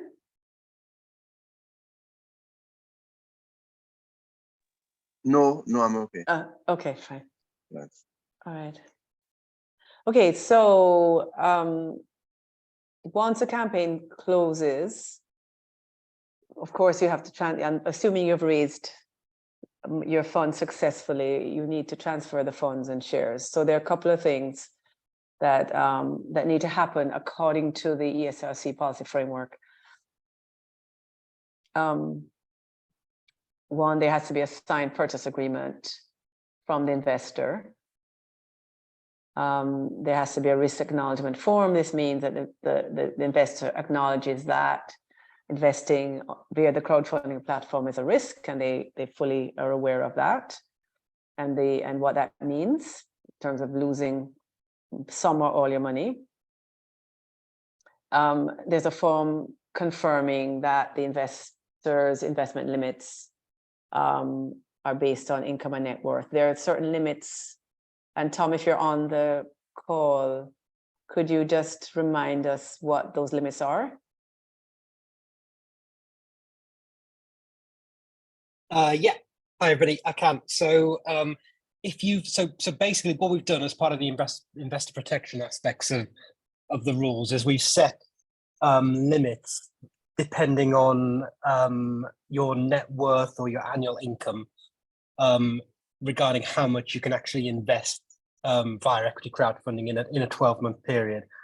So just as an example, if you have an annual income of 100,000 Eastern Caribbean dollars, you're permitted to invest up to 5% of your total annual income in crowdfunding opportunities. And these percentages get greater if you have if you earn more money or you have more net worth. And if you're an accredited investor, which is typically a very high net worth individual or a corporation, then there are no limits to how much you can invest. But we thought it's sensible for, given the risks for ordinary, let's say, retail investors to be limited in how much they can invest within a 12-month period. And again, that approach is very similar in other jurisdictions about how they deal with crowdfunding, and one of the investor protections they put in. So that's that's what we're doing. And if you want to have a look at the full suite of investment limits, we'll send around the link to the draft rules so you can see what they are in detail, if that would be helpful. But thanks, Vincent. Great, thanks so much, Tom. Okay, and then of course the last bit of information, the funds are transferred to the company minus platform fees, and of course certificates are issued via the platform, basically an online certificate that is held online but can be printed by the investor. Okay, the investor must, and then I just talked about that, the certificate of ownership, which is sent via the platform. The platform receives a success fee, meaning you successfully raised their ongoing management fees from the company. Because as I mentioned earlier, investor relations are managed on the platform. Also, just as a point of note, companies raising funds can also choose to delay equity to investors by negotiating what's known as a simple agreement for future equity, which means that, from a company standpoint, you don't have to give up ownership right away. It gives you some time to actually grow and fulfill some of the milestones that you've indicated that you will meet, that were outlined in your pitch deck, let's say. So this is something, again, that's the choice of the company. It depends on how you want to structure that equity play, but it's done in many cases. particularly with companies that are younger, that are early stage, that want to have some time to scale their operations.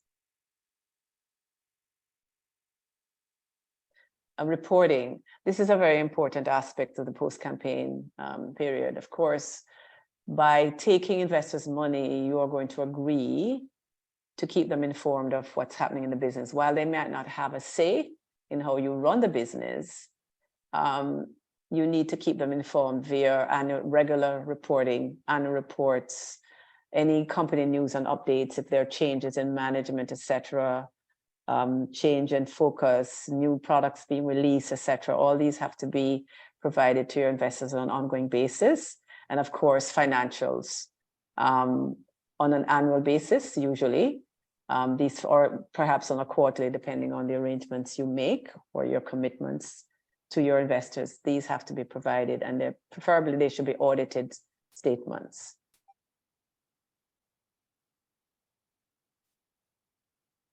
Now, let me talk a little bit about exits. Obviously, investors have a right to sell their shares at some point, to exit the investment.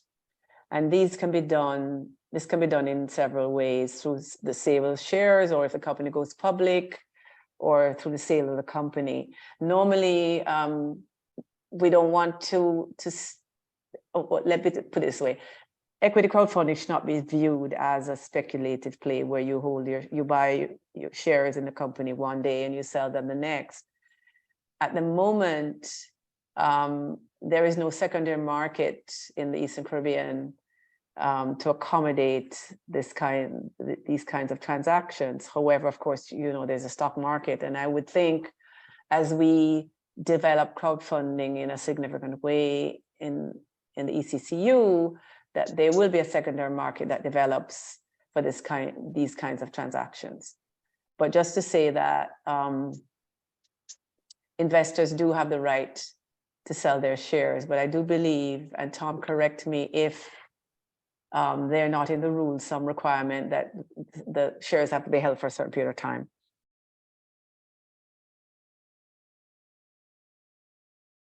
Yes, I was just getting myself off mute. Yeah, so there's no requirement in the rules that shares need to be held for a specific amount of time. But Winston, as you say, I think we'd expect that shares would be held for a significant amount of time, that this isn't a sort of a speculative investment, that this is more of a long-term play. But there's nothing in the rules that would prohibit selling them after a short period of time. But in reality, I wouldn't have thought that's going to be very, very likely. But also just to highlight, though, that investors have the right to change their mind once they commit to the investment. They have a 48-hour period, correct? To reverse that decision. That's correct. So we call it like a cooling off period. So you make a commitment and then you maybe reflect on it and decide actually you didn't want to make that commitment. You've got 48 hours in which to do that. After 48 hours, the commitment is irreversible, so to speak. Great, thank you. All right, so just to end with a couple of things again to remember. Transparency is key throughout the process. Again, I mentioned that if this is something that's an issue, then the company should not contemplate equity crowdfunding or indeed equity financing at all, because it means you have to really expose all aspects of the company to public scrutiny in the case of equity crowdfunding. Again, there might be a possibility, rather of giving up equity right away, to delay equity through negotiating a SAFE with investors or offering that as an option. And then it's important, probably most important, to try to do this on your own, but to solicit the help of accountants, lawyers, marketing experts, etc., to help you prepare the campaign, to walk you through that process from pre-campaign through the campaign and even post, when it comes to things like reporting and so forth. So with that, I'm going to stop sharing. I know I raced through this very quickly, but I want us to have a discussion. Now we have about half an hour. So one, to tell me about your companies, also to ask any questions you have about anything that we've talked about. Tom is online as well. He's been spearheading the policy framework and the defining of the policy framework for crowdfunding. So any issues and questions you have about the rules themselves, the policy framework, please feel free to ask. So I'm going to open up the floor to questions and let's see how it goes. So thank you so much for your attention and any questions.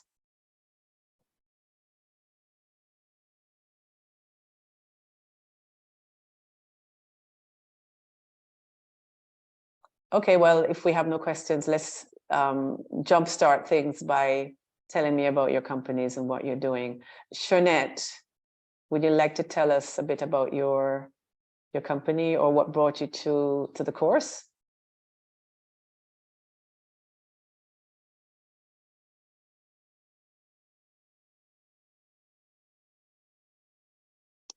Shernette? Okay, while we get Shernette on, let's see if Gilbert is connected. Hi, sorry, I'm there. Oh, hi, Shernette. I didn't realize Yes. my mic was still on mute. Mm-hmm. Do I have to show my face? No, not if you're not camera ready. Well, really, what brought me to this, first of all, about my company. Mm-hmm.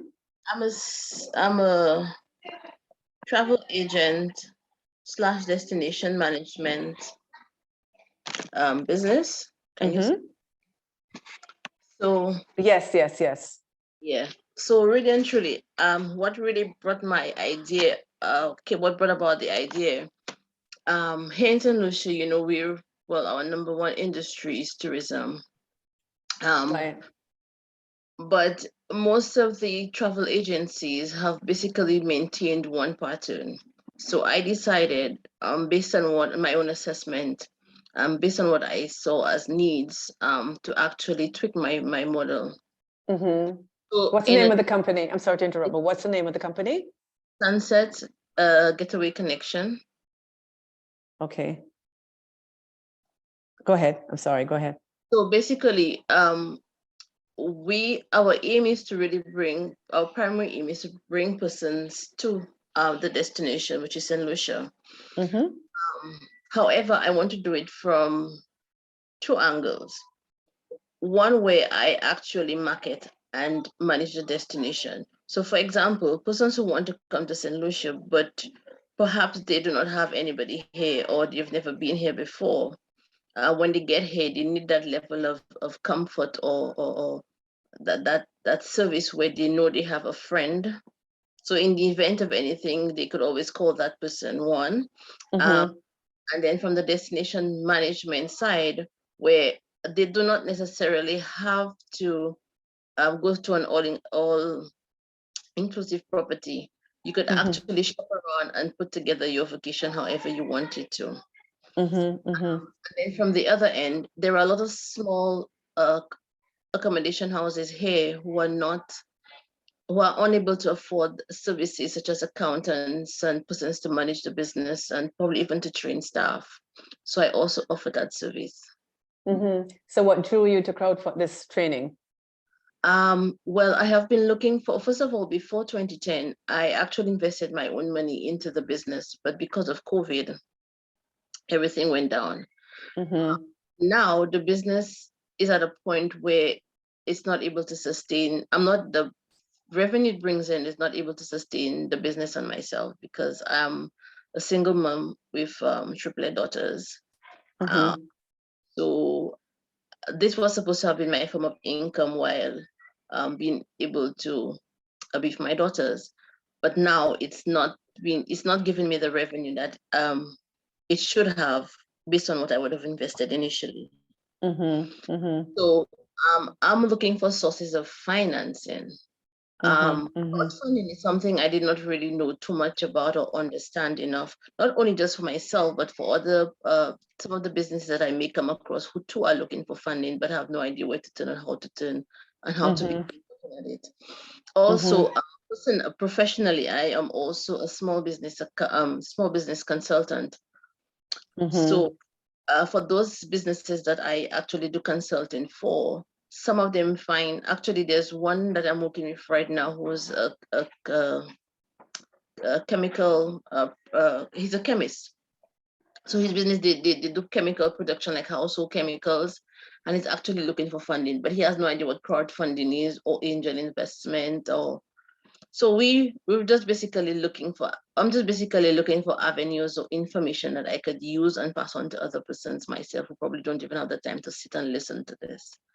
So my whole reason for being here really is to gain a deeper understanding and knowledge of what is available out there for us within the Caribbean.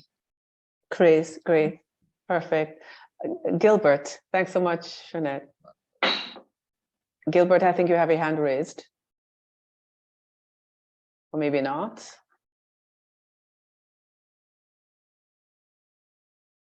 Gilbert? Okay, let's move on to Sam.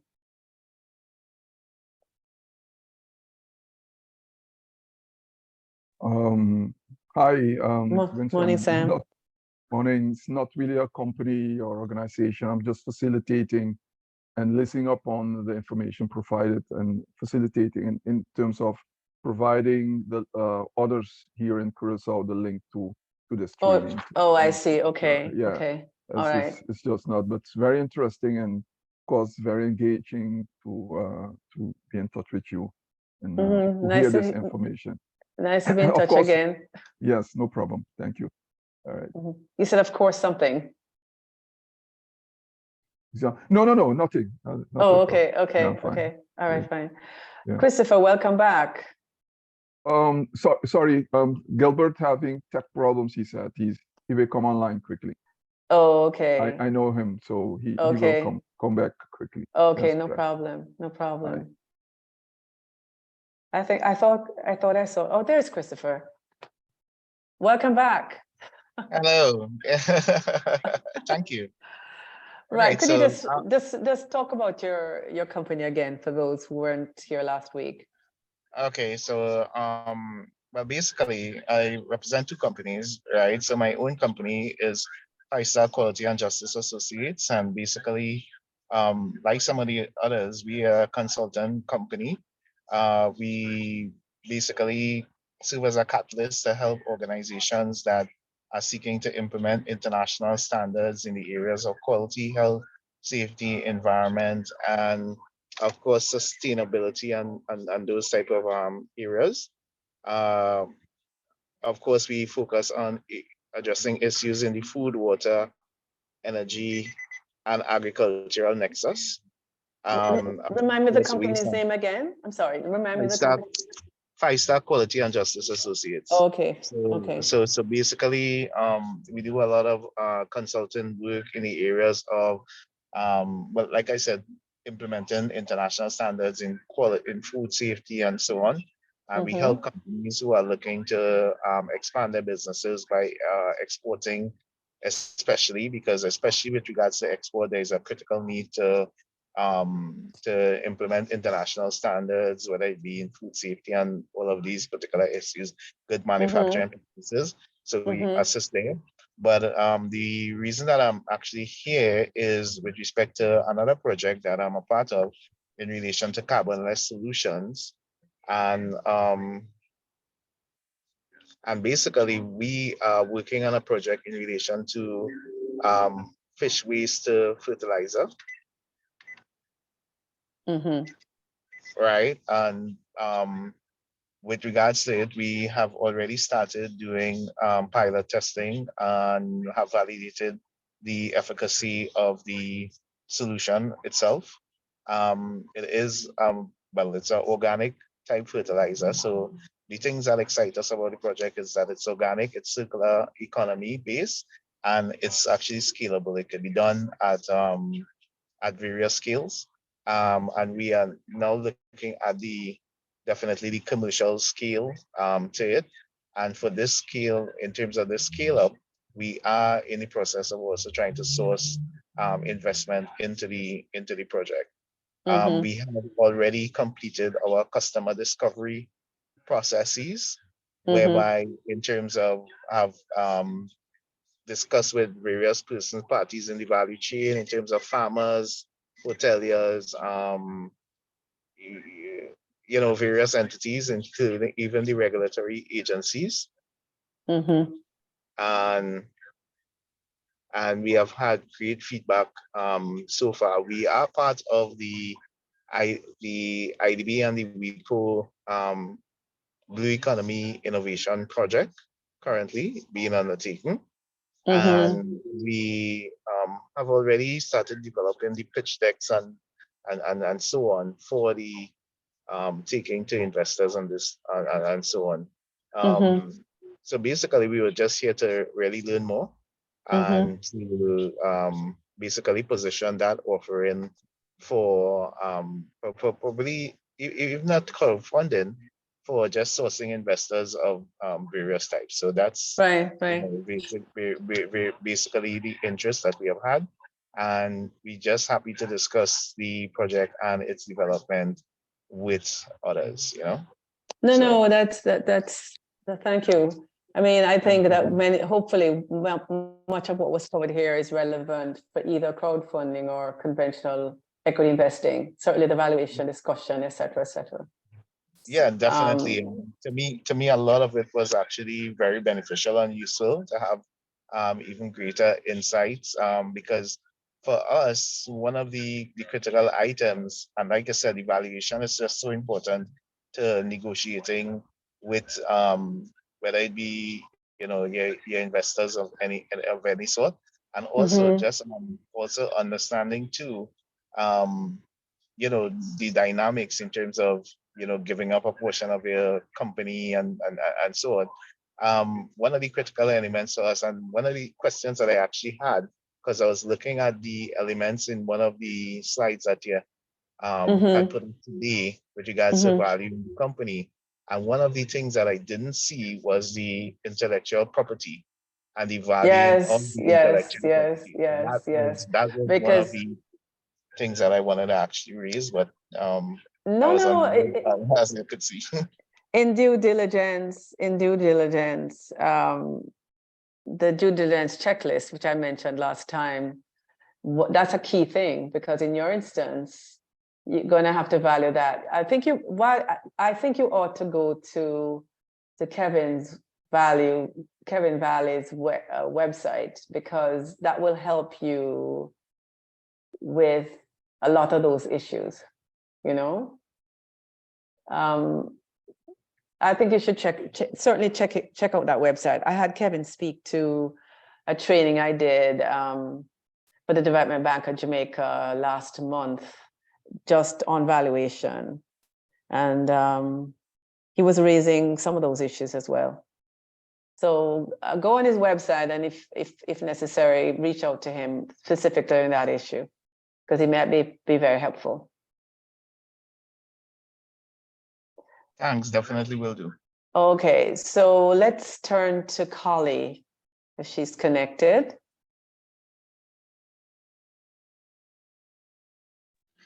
Hello. Hi, Kali. Hi. How are you? I'm good. Trying to multitask. I know the feeling. All right, so tell me a bit about your company and what brought you to the class, and if you have any questions. Well, it's the organization, basically, International Black Chamber of Industry and Commerce. We are established to aid entrepreneurs regionally, locally, because I'm from Trinidad, based in Trinidad. I'm not too sure if you remember Roxanne, the person with the pumpkin butter and the yes. Right. So we assist small businesses like those who would like to expand their products and most entrepreneurs, their key thing is finances. And I believe that once as the person who is responsible for the organization, once I'm equipped with these kinds of knowledge, and as Chris was saying, I was kind of looking forward to that intellectual property kind of information, though, because a lot of entrepreneurs are not conscious of that. A lot of them, they start business but don't pay attention to patenting. They don't really pay attention to these things. And being on this platform, you get to hear information outside of Trinidad, outside of what you would normally hear. And I do my best to acquire as much knowledge as possible.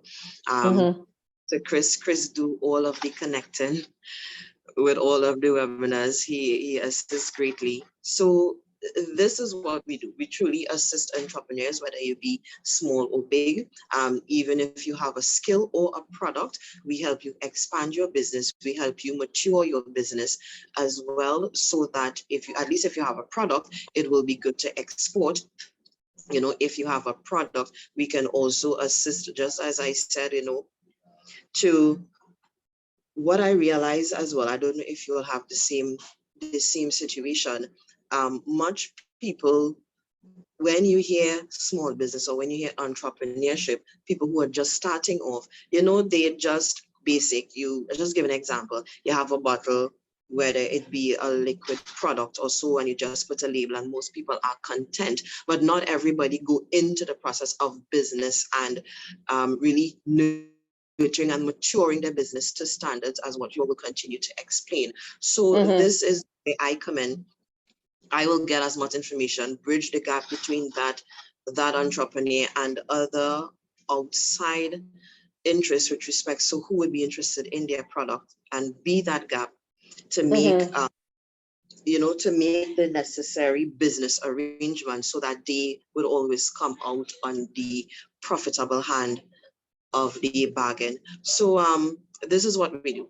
The organization, it's not restricted to just Trinidad, not only restricted to one set of people. If you're looking to get knowledge on your products, on how to prepare your products and stuff like that, that is what the chamber is about. We also have business development officers from the region, St. Lucia, Antigua. They also will have small classes. They have classes available to help you grow yourself and mature your business as well. So this is what we do. Great, thanks so much. In terms of intellectual property, I think that if you were here last week, you recall that I mentioned that investors really look at whether the company has intellectual property and whether it's protected for obvious reasons. So I would assume that you work with companies rather, to get their intellectual property registered, etc. Yes? Yes. Okay. And not much people have that knowledge. Not much people have that knowledge of intellectual property. Not much people have knowledge of patenting. Not much people have knowledge of clear labels and those things. Not much people have that understanding of things when it comes to business. So yes, we do that also, and also liaise with, I'm sure you would also be aware that they give webinars for those things as well, to make sure that your product is export ready. Yeah. And things like that, right? So I would usually be a part of those things. So yeah, that's all of that across the board as well. We are involved in. Okay, great. Thank you so much. Brenton? Brenton, are you online?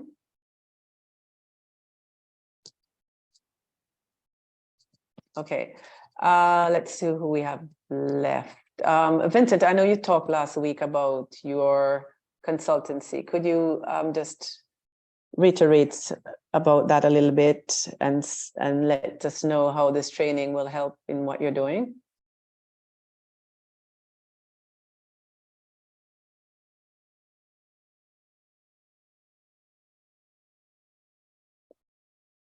Vincent? Okay, he seems to be offline at the moment, perhaps, or maybe he's having difficulties connecting. Any questions about what we've talked about today?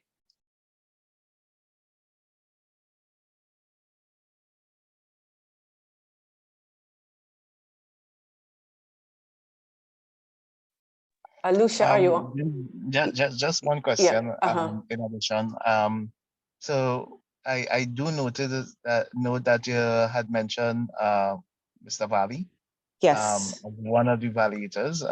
Is there like others that you would also be aware of and can also provide additional contact information also?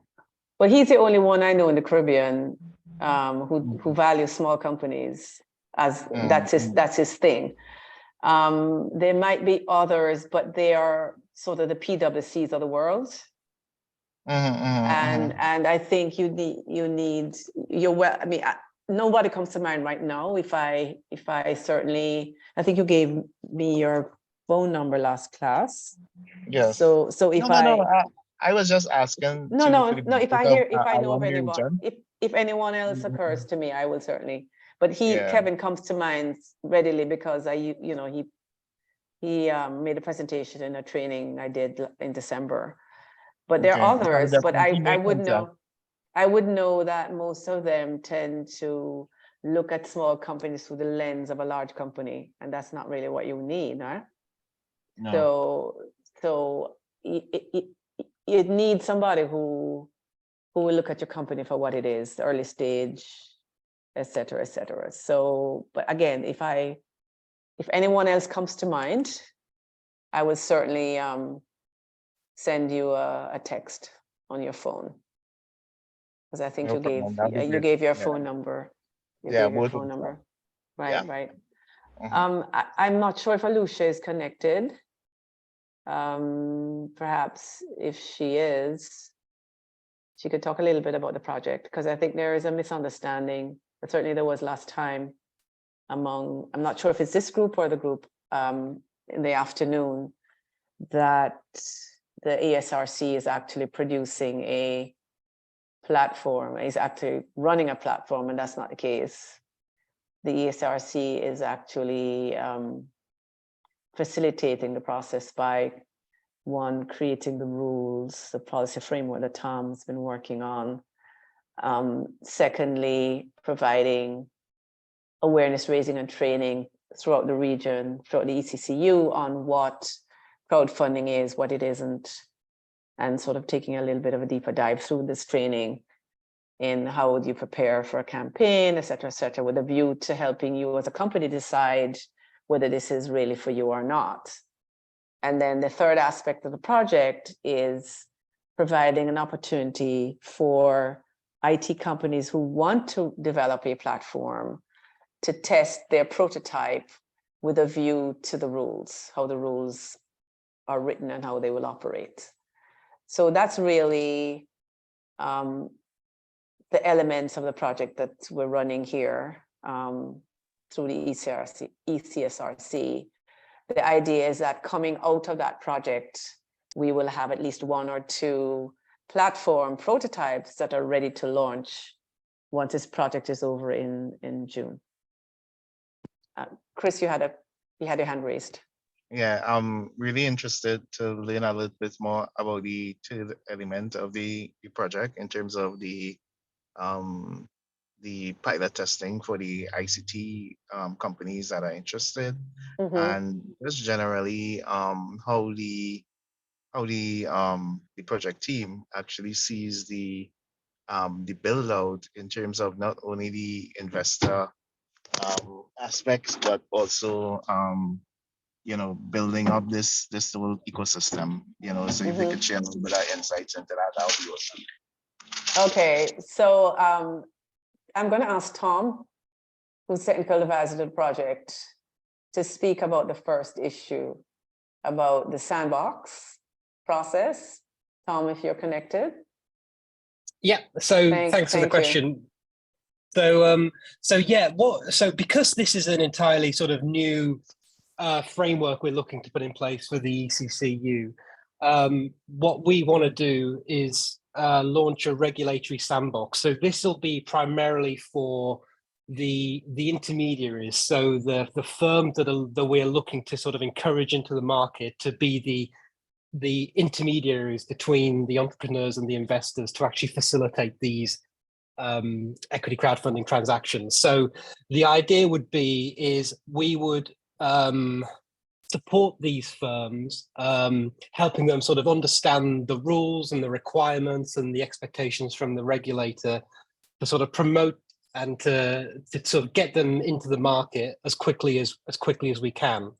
Because obviously everything that we've talked about, everything Winsom's talked about today is reliant on having private sector organizations coming into the market to become crowdfunding portals, to become these intermediaries, to intermediate these transactions.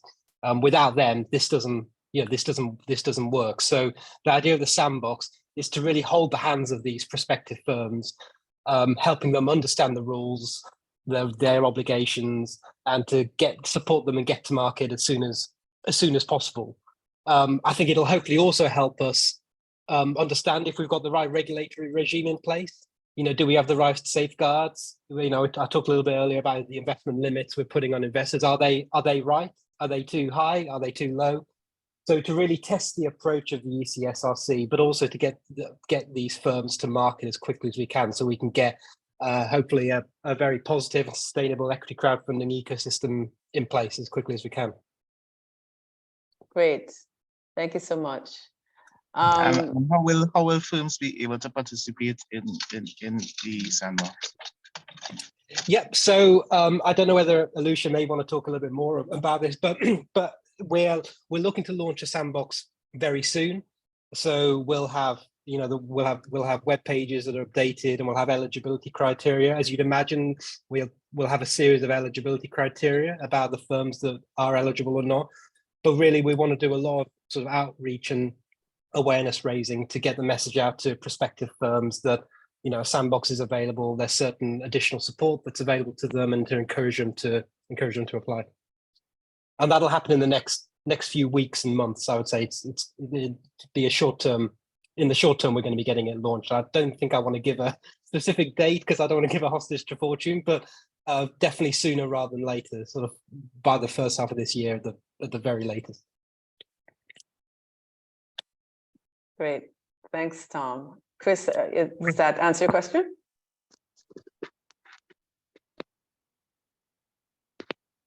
Chris? Yes. Okay, the second half of the question was about the rollout, correct? Yes, it was.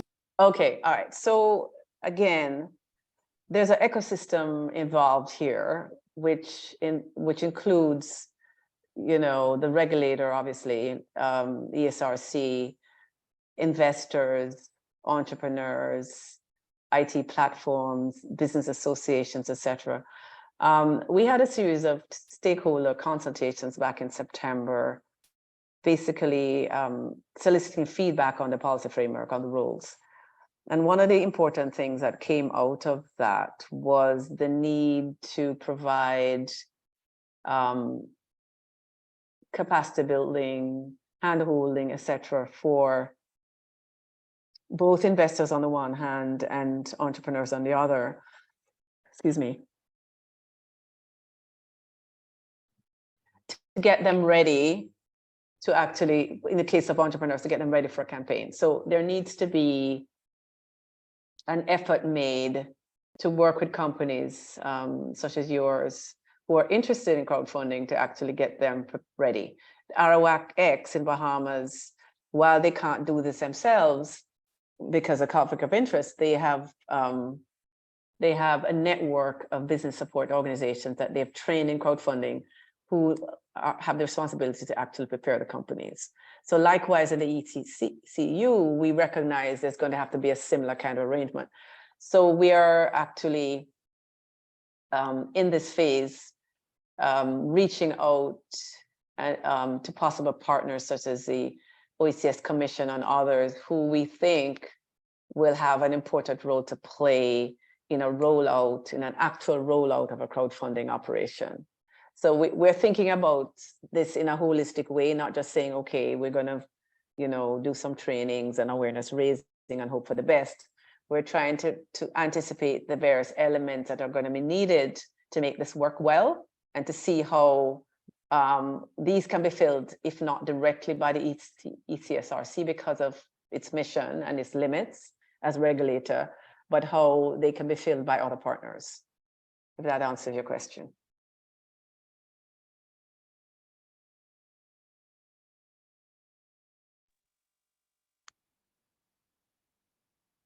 Chris?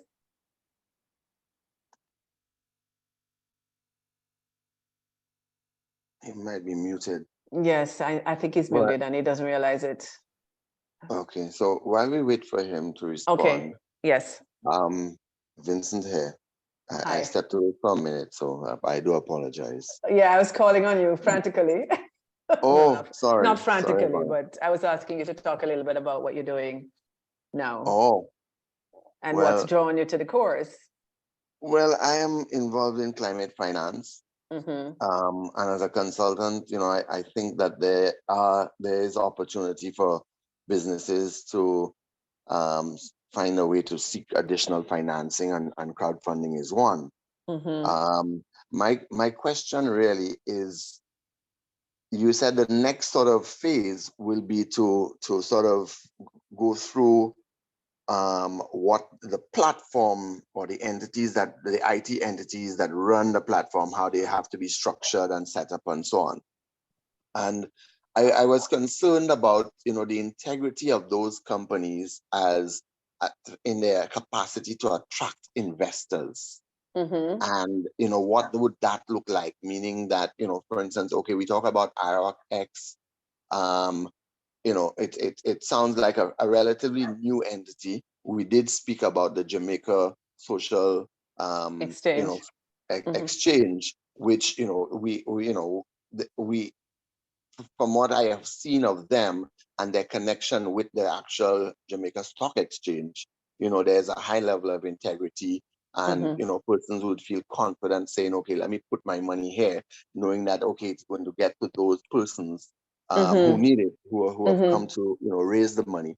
And therefore, what would be the ask for an entity who wants to say, okay, let me set up a IT platform that can take this on?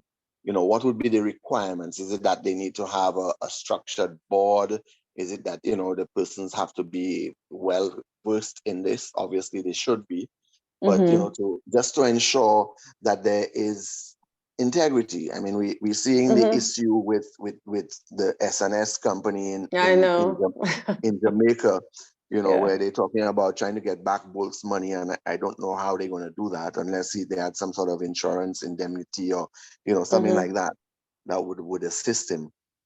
But you don't want to have that sort of continuous where the Caribbean is seen as, boy, if you go and invest your money in any of these platforms, you may not see your money. They can have host companies come in and looking to raise funding, and so what is the sort of approach that the ECRC? Yes, the Eastern Caribbean Securities Regulator Commission. Right, was the approach in saying, okay, this is something that we want to set up, or is it that they should set up a formal entity like themselves that says, all right, here is an entity that we now going to put some people who of high esteem and professionalism, that when they get involved in it, it will attract people automatically. Tom, do you want to take some of this? And I have some comments, but I'd like you to talk about, from the policy framework perspective, how this is addressed with the platforms. Yeah, thanks, Vincent. Thanks for the question, Vincent. Yeah, so I mean, I think, look, this is one of the reasons why we want to put in place a bespoke regulatory regime for these IT companies, for these intermediaries, because confidence and trust and integrity are all massively important in making this a success. And I think one of the ways we can hopefully try and do that is to create a new regulated activity, which is basically to be called a crowdfunding intermediary. You will need to be regulated in order to undertake this activity. There's a range of requirements that comes with that you'll need to be able to show at authorization and ongoing, including some of the things you spoke about, including having a board of suitable experience and skills, about having suitable paid up capital, about having suitable arrangements for if you're holding investor money, how that's protected, including disclosure obligations, due diligence obligations. So there's a range of things that we'd expect. Obviously, as you can imagine, there's a balance. We want to encourage firms to come into this market, so we don't want to make it too onerous. But obviously, we need to make sure that any firms that do come to this market are fit and proper and robust, and that's what we've tried to do by designing this regulatory framework. Thanks, Tom, for that. The other thing, Vincent, is that branding is important. I mean, I think one of the reasons why there's confidence in the social exchange is that there is the Jamaica Stock Exchange brand behind it, right?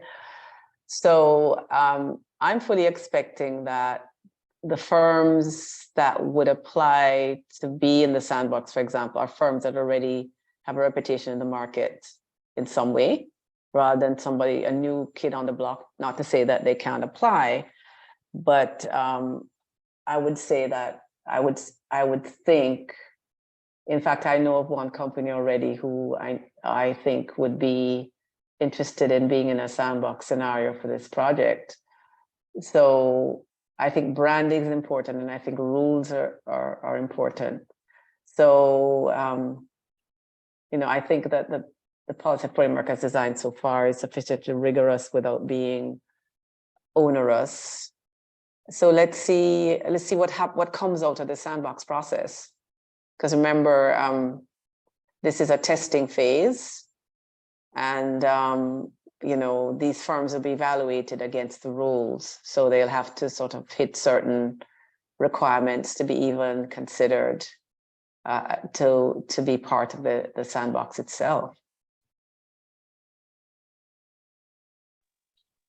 Okay, all right, no problem. Yeah, I know it's. I hear you. I think I share your concerns, particularly because there have been a number of collapses in the Caribbean in the last couple of years, where insurance companies, etc., have collapsed and people have lost their money, and I mean, so this goes all the way back to the financial crisis in Jamaica, when a lot of financial institutions went belly up and people lost, millions of dollars, and the government had to compensate some of the savers, for example. So I understand what you're saying, and but at the same time, we really need to diversify the sources of financing in the region, and so while there are real risks in terms of the possibility of fraud, we have to seek ways to minimize that, while at the same time try to encourage new instruments to come into play for small business. Sure, yeah. Any other comments before we close? Yes. Yes, Shanette. Since I have started, well, previous to me returning to St. Lucia in 2018, I've been in Trinidad for about, can you hear me? Yes, I'm going to hear you.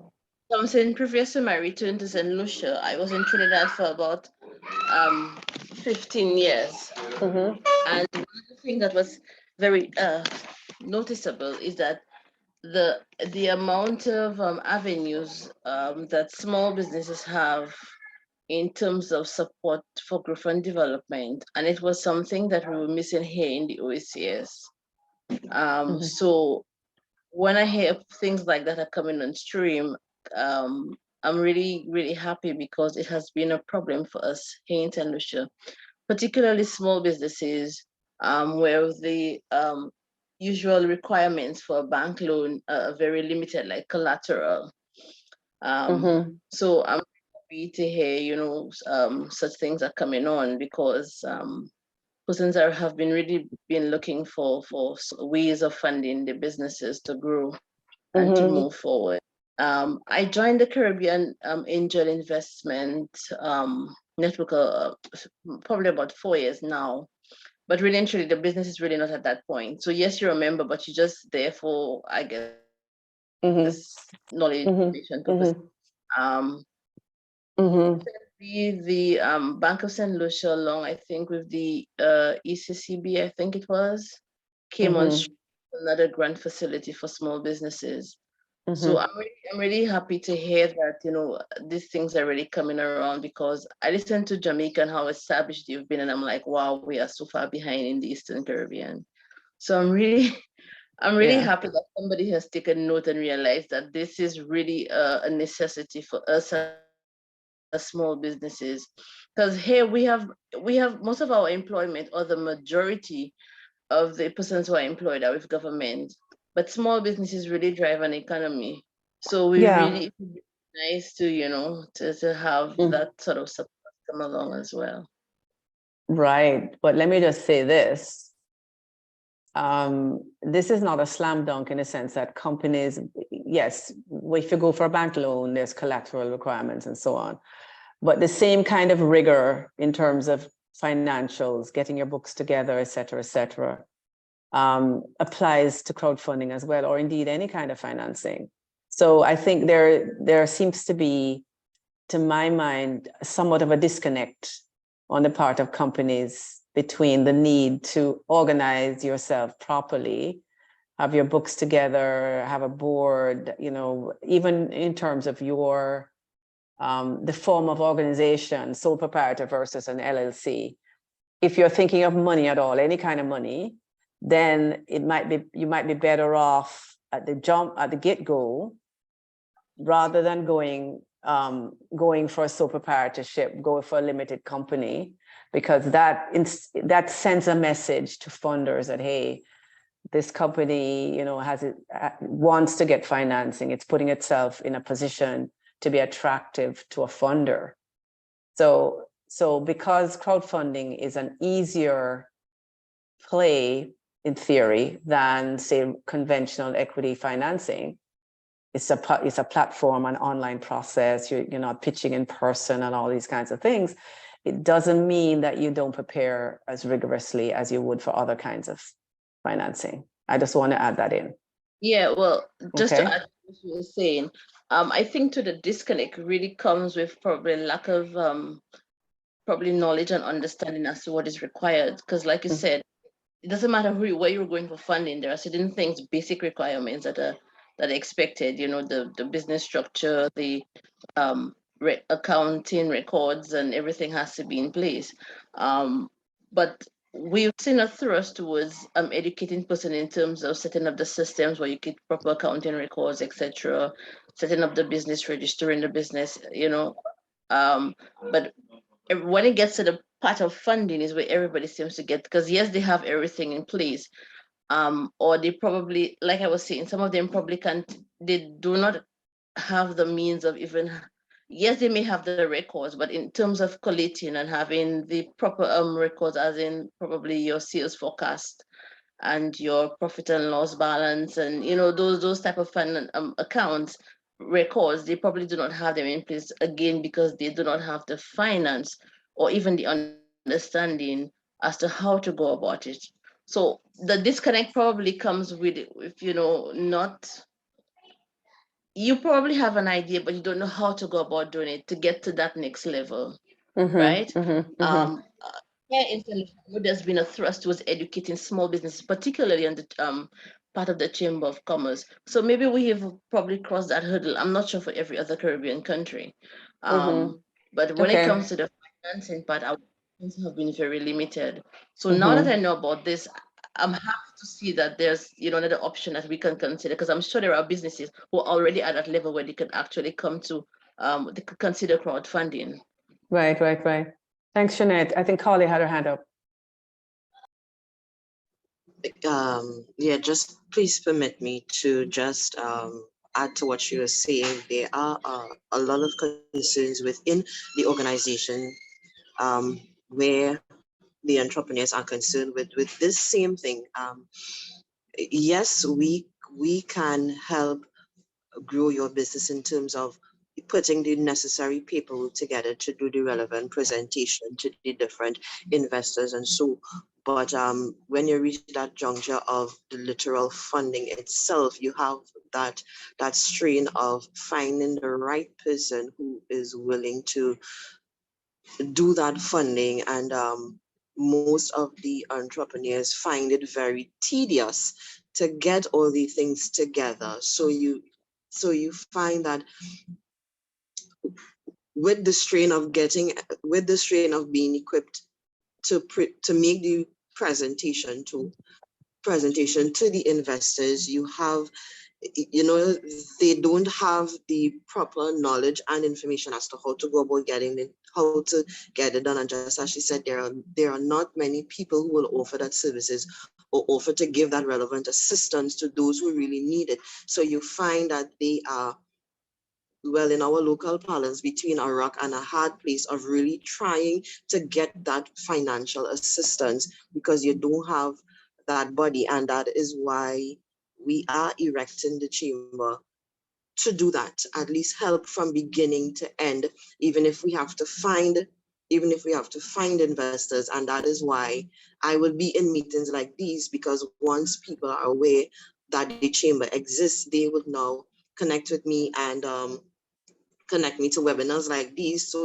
get the information to connect the entrepreneurs so that they wouldn't left with the situation that Ms. Samuel is talking about. So I want to put it out there that we are, well, I'm availing myself, and when I say myself, meaning the chamber also consists of, as I was telling you, outside of business development officers, we have other people who are equipped to do those things. They may not have like a product, but they offer services as well, so that they can guide you with the paperwork, guide you of putting your accounting together, guide you even if you want to register your business. You have that guidance there. So we are really erected. You may not hear about us much because of this, because of we want to make sure that we are fully equipped so that when someone comes to us, we will know we can steer them in the right direction and have